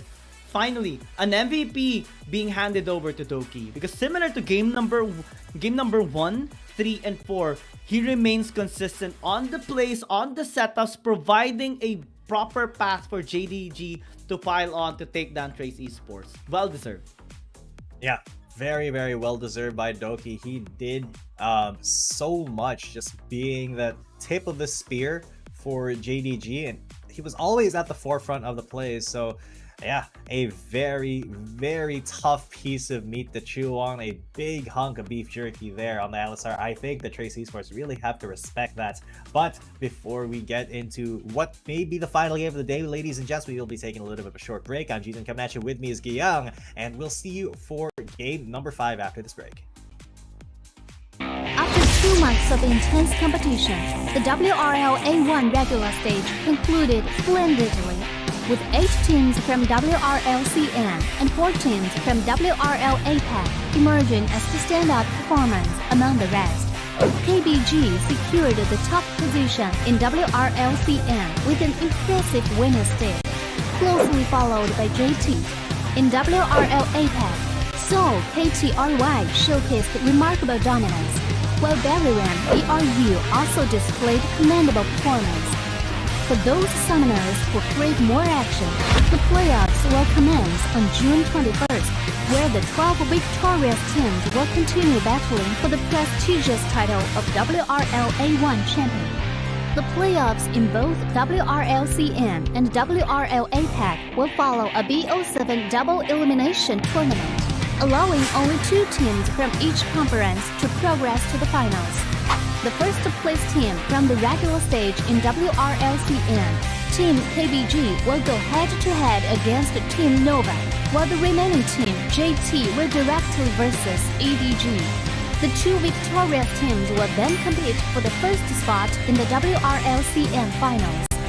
Meanwhile, in the losers bracket, the 5th place JDG team will select TE as their first round opponent, while the remaining team WBG will confront TT. The winner of the first round in the losers bracket will then face the opponent determined by the first place team in the regular stage, and the final winner will earn a spot in the finals. Additionally, 4 teams from WRL APAC that advances to the playoffs will also engage in the double elimination tournament, where 2 winners will be chosen to proceed to the finals. The finals will unfold over 3 thrilling days, promising an unmatched level of excitement. On the first day, the 4 teams will engage in a BO1 single round robin, and the team that finishes with the top rank will secure the first ticket to the grand finals. The remaining 3 teams will then face off in a single elimination bracket on the second day, vying for the chance to compete against the top-ranked team. Finally, on the third day, the 2 winning teams will enter a gripping BO7 Ultimate Showdown to determine the ultimate WRL A1 champion. With all 12 teams fully prepared, the question remains, who will emerge victorious and claim the coveted championship glory after enduring such intense competition? Get ready for a wild ride. Let's eagerly anticipate the thrilling spectacle together. Dear Summoners, welcome to the Wild Rift League Asia 1. With the new season comes a fresh upgrade to our Spectre UI, designed to provide everyone with a better viewing experience. First thing is about the original UI information at the top bar. We make it into a functioning ring design in the upper left corner. The ring not only includes basic information such as team names, match duration, kills, towers, but also displays the gold difference through the red and blue rings. What is a great game without the competition for map resources? When a team takes down the elemental dragons and gets the buffs, the stunning special effects not only Alright, ladies and gentlemen, this might be the last game of the day here, the second day of the playoffs. I'm G10 coming at you, with me is Guillaume, and right now JDG is at match point. 3-1. Will they be able to close it out? The final chance of Trace Esports, again, being back against the wall, will take everything for them to redeem themselves in this series. And it starts here in game number 5. This time around, they will remain on red side. Let's see if they can actually, turn the tides around against JDG. Put us to a game number 6. Because still, JDG seems to be impossible to be beaten here by Trace Esports. Especially with the performance of Once, Juju, and even Doki getting the MVP performance in game 4. Yeah, Doki has been just an invaluable asset with his Alistar. He has been the tip of the spear most of the time. And what I mean by that is he's the one who is always in front of Jingdong Gaming. He's the one setting up the plays when, the Enchanted Crystal Arrow wasn't available. And speaking of Enchanted Crystal Arrow, Ashe is not banned yet here for Trace Esports. But yeah, they always want to get Doki on that Alistar, so they will still be picking it up. Trace Esports, though, responding once again with Jaja's Varus, though it didn't do as well as possible. Ooh, maybe not. Maybe they're gonna go for the Akali pick. They don't want that to go to either Zanny or Feibai. But who will use this? Will it be Rose or will it be Lisa this time around, trying it out in the Baron lane? But still, Varus being picked up is a good sign. I think Jaja can still perform at his peak level condition with this Varus, but they have to find a way to neutralize this Ashe pick. And JDG, since they lost Akali, will just get this Renekton for themselves, because Sandy is very, very comfortable using almost any champion in the battle lane. As long as it's an aggressive champion, he will be fine. And he wants to get the early game advantage this time around against Race Esports. Rakan still going to be a good pick here for Tak. I think now they have the damage. Now they have the potential follow-up coming in from the rest of the members of Race Esports. Since they have the Akali, they still have the Chain of Corruption coming in from Jaja. The only thing they need more is late game damage. Possibly more front lines as well. Yeah, I feel like a chunkier front line may be the way to go here as well for Trace Esports, because they do need a little bit of support to get them to where they're supposed to be going. A little bit of a beefcake in the middle. So maybe that falls onto Weibo, maybe that falls onto Lee Sao, because definitely Tak is going to be bringing that Rakan down to the bot lane. And yeah, it is it's a little bit difficult to call at the moment. A lot of jungle focus on these last 4 bans here. Lee Sin, Kha'Zix, Vi, and Olaf taken off of the board, taken out of contention. They have to take Xin Zhao. Yeah, Weibo. Yeah, Weibo has to take Finally, we see the Xin Zhao on the hands of Weibo. That is the possibly the best possible thing you can actually do here against one, because he's just so good on this champion. Almost got the 2 times that he used this champion, he paved the way for JDG for the rest of the members of JDG to work around perfectly in all of the fights. And now as he picks up their Shen this time, I think the same amount of pressure can be made, but even more since they picked up the Kai'Sa in the mid lane. Yeah, my heart started racing there. I thought we were going to be seeing the Vayne come out for Trace Esports, but then that wouldn't make sense because it would have to go to Jaja, but Rose can't put that in mid lane. But in the mid lane, it will be the Kai'Sa versus Corki matchup. It's still going to be double ADs here, but Jingdong Gaming, they are putting a lot on the line here for their composition, because they got 2 ADs and then 3 basically big boy tanks. You got the Shen, you got the Alistar, you got the Renekton to try to protect him. So all of the damage is supposed to be coming from those 2 AD carries. And JDG, they have so much frontline power still. This time it's a Renekton, Shen, and the Alistar. How do you access the backline this time if you're Trace Esports? There are 2 things they can do. Go in through forcing an engage through Tak on the Rakan and also Lisa and Weibo following up, or wait for JDG to go in, use the Chain of Corruption, pile them all up. Lee Sao gets the perfect execution, maximizing his damage onto everyone, and Weibo just reaching the backline as well, neutralizing the backline of JDG since he is a Xin Zhao. Those 2 situations are the only things that I can actually think of on Trace Esports, but the ways that JDG can actually win this game are a lot of ways, especially with this Shen now able to increase the survivability of both Fei Bai and Juju. Yeah, with that Shen pick, I feel like, a lot of priority is going to be given onto either Fei Bai or Juju. They have to be protected, they have to be safe, and you can see even though Tak was trying to go for a little bit of an engage there, threatening Fei Bai knew that he couldn't afford to take any damage at that point, so he just went way back. But here in the bot lane, a little bit of an engage happened. Juju and Ta versus Hawk and Jaja. Doki is being a little bit of a big piece of beef as well, and I feel like it's JDG who came out on top of that. Still JDG. I mean, they were able to get more damage onto the members of Trace Esports despite the initiation there by Tak. The only problem when you have a Rakan is similar to the previous game, right? You're not really any tankier than the other support champions that can be utilized. Doki on the Alistar just so pristine. The crowd controls are massive, massively impacting all of the fights here against Trace Esports, and him being just so consistent on this champion. it comes to the consistent win condition as well by JDG, they heavily rely on his initiations. Even if he misses sometimes, JDG doesn't hesitate. They still go in. That's how confident they are with their players and with how they usually execute their plans.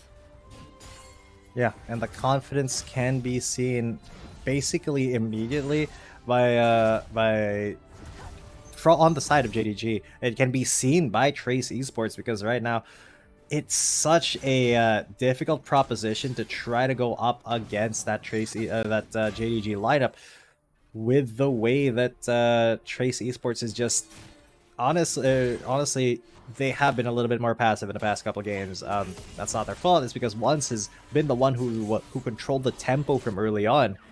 But right now, JDG, they need to be the ones who are a little bit more passive now. They can't afford to make mistakes. They can't afford to have their big damage dealers go down early on. So, with that being said, Trace Esports, they do need to be a little bit more proactive if they want to beat JDG at their own game here. I think the slow-paced game is still okay here for Trace Esports because they have the Akali anyway that can scale up heavily into the late game. Since they have the Shinzao, they have ways to isolate the members or disengage into the fights. As long as Weiba gets the objective this time for Trace Esports, because one of the main reasons why JD was able to win the games is because they are very consistent on the Dragon takedowns. And Trace Esports unfortunately could not contest those objectives because of the way JDG is just performing all the time. Whenever they see Trace Esports contest, they turn and they pile onto the best possible members to actually kill.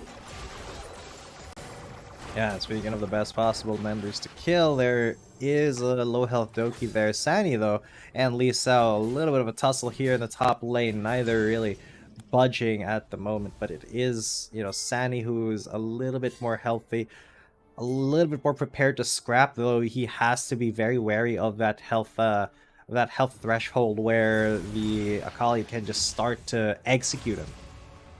Mana being completed here by Feibai means he will be able to upgrade his Ekastian Rain, and so it will take a lot of time for this Kaisa to scale up. We're still waiting for the Ash Arrow here by Juju. It still hasn't been used just yet. If you were to guess, G10, where would he use it? Mid lane, top lane? I feel like top lane is the way, because that's where. Yeah, because look at it. It's already on the way to top lane. It's already on the way, and it will swing and a miss. Oh, unlucky. Gone to Howling Abyss again. Yeah, but good reflexes from Trace Esports. Now, a little bit nosy on that grand entrance. Lisa takes a lot of damage. His talk was just head-butted away. That was a little bit weird, but you know what? I guess they'll take it. Reset coming through. Ash Arrow still going to be available later on when the objectives spawn up. So still very okay for JDG. Same towards the quickness here of attack as well on the Rakan. Just waiting for an opportunity, but he needs to back. Yeah, he will be able to polarize and then flash out. That is very decent of a very decent play on his side. So I honestly am not all too certain how this is going to go, but they are going to go for it now. JDG getting a little bit low. Sani has to back away from here. Doki is incredibly low. He's going to get aggressed on, and Lee Sao finishes that kill off. Feibai not really able to do all too much there. He hasn't really scaled up too much, as Weibo will be securing the Rift Herald.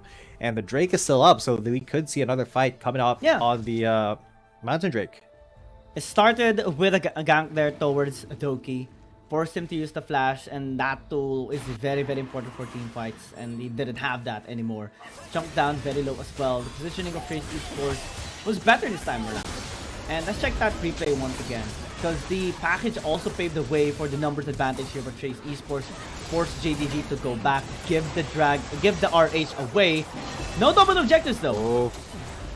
Yeah, but it is still JDG who secured that, but they are in a lot of danger there. Weibo will be dissuaded from aggressing anymore by the Enchanted Crystal Arrow just straight up in his face.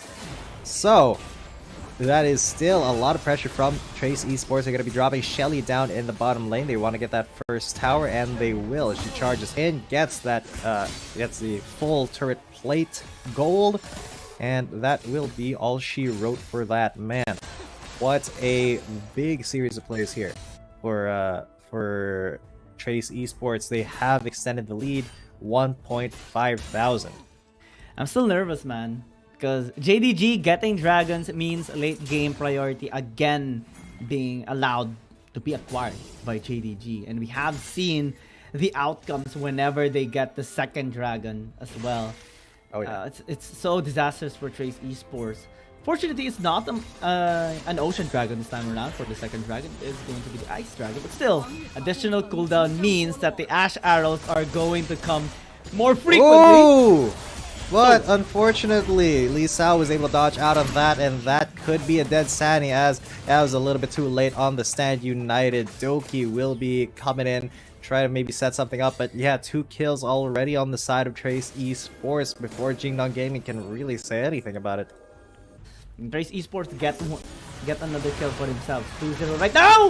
Ooh. Oh my god, that is going to be a big engage. They have found Jaja and they will take him out. Who got that kill? It was Fei Bai, and that is the person that you want the kills on. You want the mid laner and the bot laner to get the kills here. Doki, though, he is in a lot of danger there. There's a Predator missile. As Lee Sao gets tagged, they know that there's a killer instinct maybe in the midst of them, so just back away. JDG. Oh, there's the... Will once get the taunt? Yes, he will, and Sadi jumps on him too. Weiba tries to flash in Crescent Guard, but once is already in his face, burning him down with the red buff, and finally dashes in for the taunt, secures that kill. Unfortunate there for Weiba. He just wanted to push the wave up before he actually backs up, but an arrow connects, and that's a kill here for JDG. Alleviating the pressure into the top lane, maybe paving a way for San to actually push that tower as well. It forces Rose to actually go there into the top side just to defend, but I think he is also going to be a little too late. Yeah, a little too late here, but that is just how the cookie crumbles at the moment. A very big objective for JDG is to start to get those kills, and they have gotten some kills on their carries. This is where the scaling starts, and where JDG's team fighting prowess will be shown. They have to be pretty much at their peak all the time, or else things will start to look pretty dire. But that is still something that is a little bit far off. Let's check that replay. Oh, good engage. Great, Sad United. The follow-up was there always from JDG. It's so hard to deal with a Shen composition because you think you're fine, you think you have numbers advantage, but you don't. Because the Stand United will provide the shield and also the follow-up CC, and also, you know, the damage coming from the Shen sometimes is massive too, especially when it picks up an item like this, the Divine Sunderer. And Trace Esports, they're losing pressure, they're losing their early lead. A while ago it was 1,000, almost 2,000 I would say, but now it's pretty much negligible. JDG is coming back. Now we see more value on the Dragon takedown that they had, and they have better tools now to contest for a second one. Exactly, and that second one is coming up in about 20 seconds. JDG, their team fighting has to be super on point, which, you know, usually it is. They just need to keep Juju and Fei Bai out of the reach of those hard engages from Trace Esports. I mean, I say hard engage, but really it's the Rakan that's doing a lot of the work with the quickness and the grand entrance. But Weiba as well needs to be taken out of the fight before he can even get things going. But there's the Enchanted Crystal Arrow. It lands onto Weiba.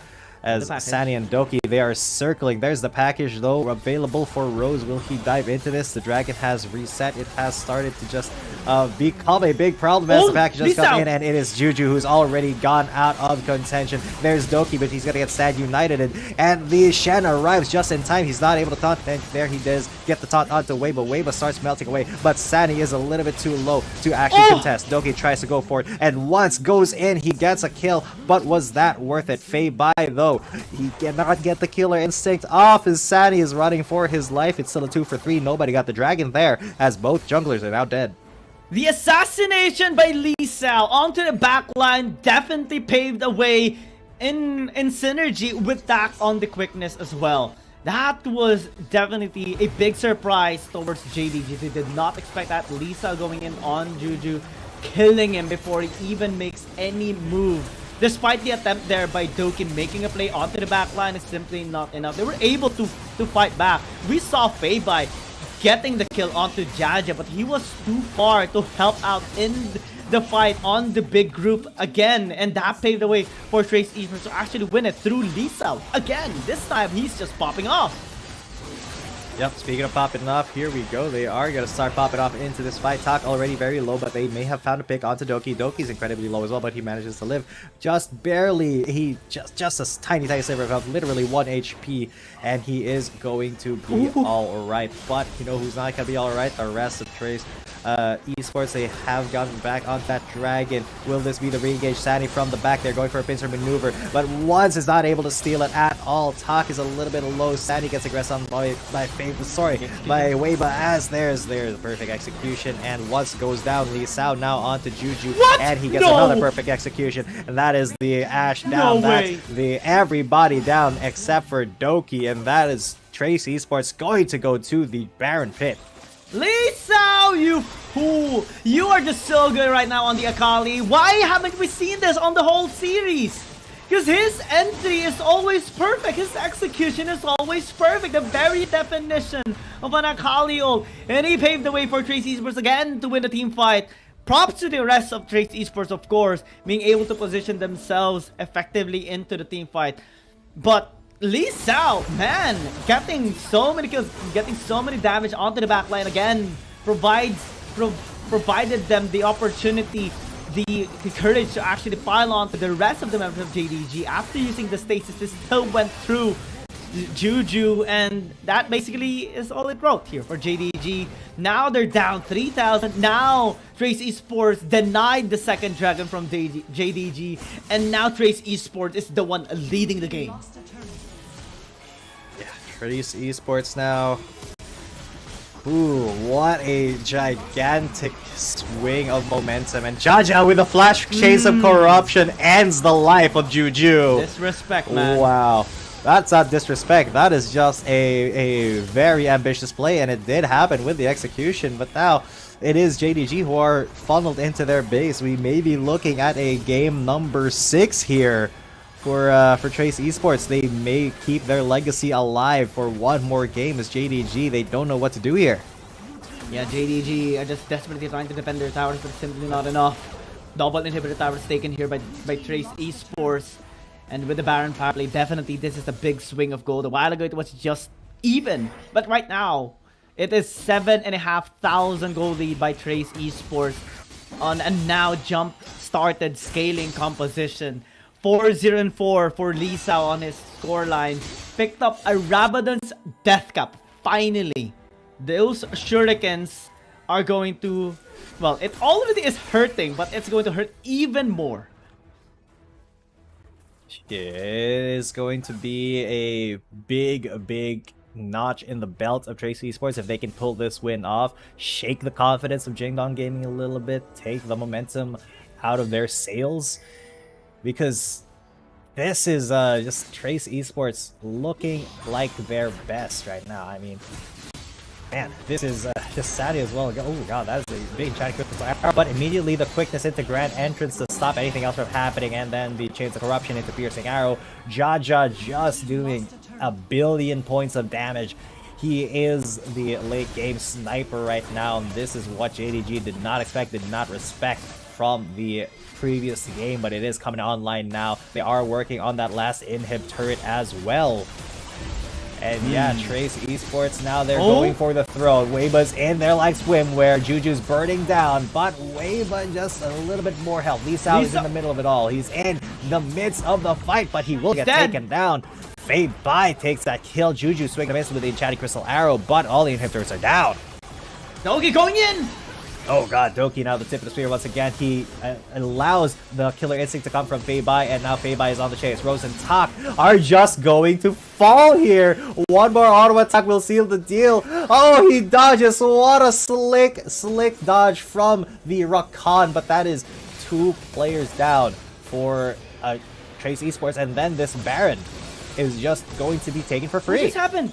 What just happened? Trace Esports was winning until What a comeback. they overextended. The JDG now are taking this Baron. Weibo, he has to get this. Doki has to keep him away, headbutt him away, pulverize, headbutt, everything that you can do just to keep this man out of the fight. And no steal will happen. It will be Feibai taking that Baron, and because the support was in there, the Rakan will just be picked up. Man, this could be the comeback. Yeah, is JD still going to be able to pick up this Infernal Dragon for themselves? Because they have the Baron. Trace Esports have the wave crashing into all 3 lanes.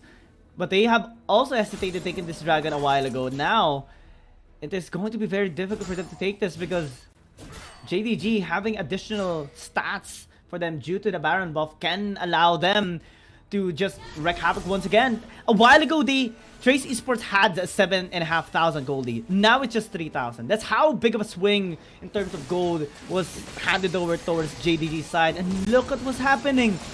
This should have been Trace Esports' game, but what's happening? JDG, after getting the Baron, are getting the second Dragon. I am at a loss for words. What a humongous comeback potential for JDG. Feibai is at the level 15. He doesn't have his full items, but he's just 1 item away. And Juju is basically an enchanted crystal arrow bot at the moment. It all comes down to, whether or not Feibai can. Oh my god, Lee Sao, he just found it. But they stand united to keep Juju safe. Now the Shed is in. Pulverize onto 3 people. Big knockups. And there's a killer instinct. Feibai doing so much damage. Oh my god. Rose is incredibly low. And Weiba's in the mix. He has to go into stasis, but he will be taken out. And now Feibai is so scary. This Kaisa is going insane in the membrane, insane in the brain. And then the Elder Drake spawns. And JDG will be taking it for free because there's no jungler. Trace Esports. What a humongous throw. No way! JDG! Ain't no way! That stand united definitely saved the day here for JDG. After the engage here of Lee Sao, so much shield was provided there for Juju. Oh man, do they not have any anti-shielding item here on the side of Trace Esports? That is just a big mistake here for them. And now JDG, after taking the Elder Dragon, are looking for the closure. The 8,000 gold lead by Trace Esports now turned into 1,000 gold lead by JDG. What is just happening in this game? What's happening to Trace Esports? JDG is definitely giving the best possible punishment. Now they're taking control. Now they're bashing mid. Look at the siege. Yeah, they're sieging mid. There's 1 more auto attack left on the bottom turret, and Sunny is going to take it out. The inhibs are respawning as well on the side of Jingdong Gaming so that, they have a little bit more safety. Only bot lane is left open, and now they can siege with abandon and really take these fights. It has to be Feibai who is the tip of the spear. Well, not the tip of the spear, but like the backline artillery who's doing the damage with the Acathian Rains. Oh my god, he's still incredibly squishy though. Look at that piercing arrow take a lot of his health out. Jeez, this is... Yeah. But once he's still pushing into the top lane, again, this is the luxury of having the Shen. Split push is very much possible because you have the Stand United to help out your allies later on. Now another turret has been taken down 15 seconds before the Baron spawns once again. Inhibitors now spawning for JDG as well. Means that all those leverage that Trace Esports had 5 minutes prior is now gone. Yup. What a comeback from JDG there. Now, what is that switch? They're like 5,000 gold up. What happened in the past 4 minutes that just gave JDG everything that they could ever want in this game? And now they are burning Baron down quick, but this is a desperate attempt. Weiba has been knocked back. There is no steal here as Doki is still in the middle of it all. He is incredibly tanky. They still have that Elder Drake. But Juju, and oh my god, Feibai is in the middle of it. He's going to get hunted down and he gets taken out. And this is all of the damage down for JDG. Rose is incredibly low, but can Juju pick up the pieces here? That is still a 2 for 1.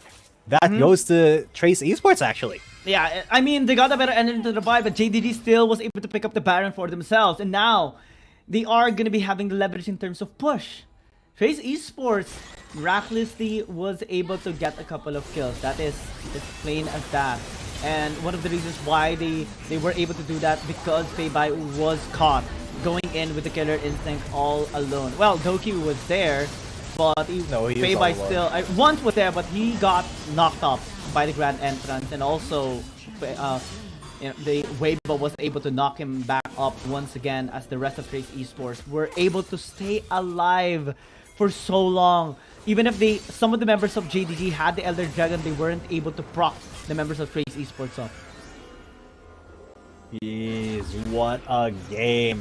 What a game. Who is going to come out on top? I genuinely do not know, because Juju's still very behind. It's 2,500 gold behind Jaja, who is incredibly fast. He's got a collector, the LDR, and man, I have a lot of words, but not really a lot of words that I can say right now. I'm kind of speechless.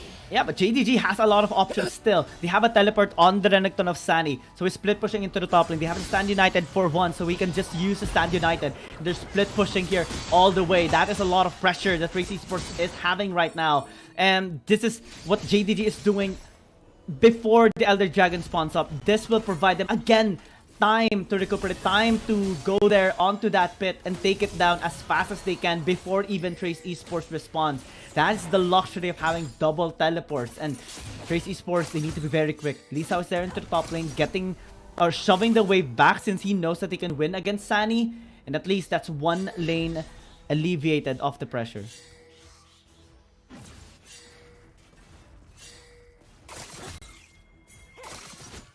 Sunny just waiting patiently here into the top lane. Trace Esports. Oh, man. Trace Esports, what is the angle here for them? JDG are the ones first to the dragon, but Weiba is going to contest there. He's taking a lot of damage from Fei Bai, but he can't just heal all of that up. No, Sadie, he's just going to commit to the top lane, it looks like, while the rest of JDG, they want to stop the ports. They want to stop this dragon from really happening. Doki is in there, but Tak with the quickness and the grand entrance, he will get melted down, though, as Weiba as well gets absolutely melted, and he has to flash away, but Sadie's already in the top lane. He's trying to end the game as Doki gets sacrificed by Pulverized, and Weiba's gone. Tak is taken down as well. Rose and Jaja, they are on their last legs, and they will fall down. They'll get kicked in the knees, and their knees will explode. Sadie now at that top lane, already working on the Nexus. Look at that! He just basically one combo Lee Sao to 30% health, and now everybody's in there. Enchanted Crystal Arrow, they're going to go for the kill on the Nexus, but not onto Lee Sao. That's going to be 5-1. Jing Dong get 4-1. Jing Dong Gaming. Oh my what a turnaround. God. JDG came back in this game with 3 inhibitors down, exposed Nexus, and Trace Esports supposedly taking the Baron. But no, they found an openings first, and then they just took down the members of Trace Esports, got the Baron for themselves, got the Infernal Dragon for themselves as well. And that Elder Dragon play too. I think one of the reasons why Trace Esports lost that fight as well is because Lisa wasn't part of it. He was busy into the top lane trying to prevent the push of Sunny. And that's, again, luxuries have double teleport. That is one way to win a game through the macro plays. When you have a double teleport, you can just pressure so many lanes, all 3 lanes at once, and, you know, pressure into objective takings as well. Lisa was forced because he's the only one who can actually deal with the Renekton, since Weiba can't be there because he's the jungler. Rose cannot be there because the Renekton can just easily take him down. And that is, again, an opportunity by JDG that they took as well into a different advantage into that Elder Dragon fight, won it, and just finally end the game. A comeback of a lifetime definitely here for JDG. 23 minutes and 55 seconds. The longest game in this series, but definitely the biggest comeback as well. I know. Look at that gold graph. It was just back and forth, 2 huge mountains, which ended finally at with a positive note for Jing Dong Gaming. Even though Trace Esports, you know, tried their hardest, they even got a dragon. They got 2. They got the Baron, they got a Dragon and a Rift Herald, while Jing Dong Gaming, they got 2 Drakes and the Elder Drakes as well. This is just, oh man, I don't know what to say anymore, Giang. This is just an insane JDG's turn so of good, events. JDG's so good. Yeah, they were able to hold on. They were able to hold on to a losing game, and with, you know, some really good picks, some really good positioning, and amazing catches. They just turned this around, and wow, I gotta give the golf clap for that. That was definitely. I mean, this is a team that that gave even the likes of Weibo Gaming a hard time, took them down during the initial parts of the regular season, gave a hard time to keep S Gaming as well, pushing the game to game number 3, and almost even having a victory against them in that particular series as well. And in this series, they just demonstrated how good they are and why they are a team that needs to be respected at all times. In this series, we have seen flawless combinations and flawless executions as well by JDG, negating all of the intentions here of Trace Esports, no matter what adjustment they make. Game number 2 was interesting. Trace Esports definitely had a brilliant game in there with the MVP performance of Rose, but all the other games was a perfect craftsmanship of JDG from the drafting phase into the game itself. Game number 5 was the closest that Trace Esports could have been towards JDG, but it simply wasn't enough. One opportunity that you give to JDG to come back, and they will take it without hesitation. Yeah, and I mean, that was just also a little bit careless from the side of Trace Esports, if I'm going to be a little bit honest with you. They did not really respect the ferocity that Jingdong Gaming had when they were, trying to just leave the base. But once again, Doki will be the MVP there. Again, the support, the tip of the spear for Jingdong Gaming, and he was always just in the middle of the fight. He was the one engaging. 0, 2, and 13. He didn't even die that much. He only died twice. What a significant performance. What an insane player. I cannot wait to see more of them, but that unfortunately will be good night. See you next time for Trace Esports. We have seen a lot of good games, good CDCs, good synergy from Trace Esports, but this will be the end of them for now in this tournament. I can't wait to see them again the next time we get the chance to, because they really gave all their supporters a run for their money. Gave us a really good time watching them perform. The wave attack synergy was definitely so entertaining, but JDG at the very end of the series has prevailed. Now will be having the opportunity to be on the lower bracket quarterfinals. It's still a long way for JDG, of course. Oh, yeah. Still needs to win 3 more matches compared to the upper bracket teams. And here are the standings as well. We have KBG, Nova Esports, J-Team, and EDG. Only need to win 2 games for them to qualify for the finals. Meanwhile, the others are still, trying their very best. JDG has a long way to go. A long way to go and a long fight to take still. But unfortunately, with JDG, that is going to be, unfortunately with Esports, that is going to be the end of their road. JDG will be the ones who come out on top here, and I cannot ask for a better first match here in the Chinese conference brackets. Of course, the next one that we'll be seeing here will be Buriram United versus Enigma Galaxy, which is tomorrow. I hope you guys are excited for that. It's going to be Guillaume and I think it's Dash, right? And Dash casting that tomorrow. So this is going to be pretty hype. Enigma Galaxy have really a case to make for themselves as, the Philippines' best Wild Rift team. And Buriram United Esports, sitting at the 2nd seed as well in the regular season, are going to prove that they are, really, really good, standing strong next to KT Rolster Y.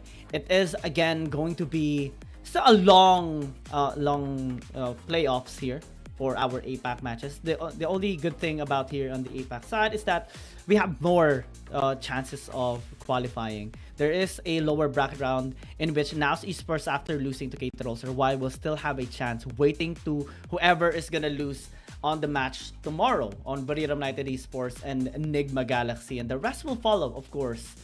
It's going to be a tough time for sure. It's no longer similar to the regular season in which it's a round robin, a lot of matches, a lot of chances in terms of points. Now, every game, every series is very important. You have to constantly give your all and also constantly improve, because a team that will be, you know, lacking in that will be the ones to say goodbye. Yeah. And I think it's very interesting that tomorrow we're going to see BRU and Enigma Galaxy. And what's interesting about that is that if Enigma Galaxy do get knocked down to the lower brackets, it's going to be, you know, brother fighting against brother, two Filipino teams taking on each other in a last-ditch effort in the lower brackets. So, you know, that may be a possibility since Naus is already there, but whoever does win going up against KT Rolster Y, I hope they are prepared, because KT are looking incredibly strong after yesterday. But that's going to be it for tonight, ladies and gents. Any final thoughts, Guillaume, before we sign off? Well, definitely this is an amazing experience for us casters. So first and foremost, we would always like to thank our viewers for supporting us till the very end, supporting Wild Rift and this amazing tournament brought to us by Riot Games, VNG Games, and Coca-Cola. Our production team is also very good to us and paving a way for us to be efficient and focused into the game itself, and just looking forward to tomorrow's games as well. Yeah, so with all that being said, ladies and gents, it has been a pleasure. Even though it was a little bit of a quick day, it was still an incredibly competitive match. I'm G10 coming at you, with me is Guiyang, and we thoroughly enjoyed watching the games and casting for you guys, and we'll see you on the next one. Peace out.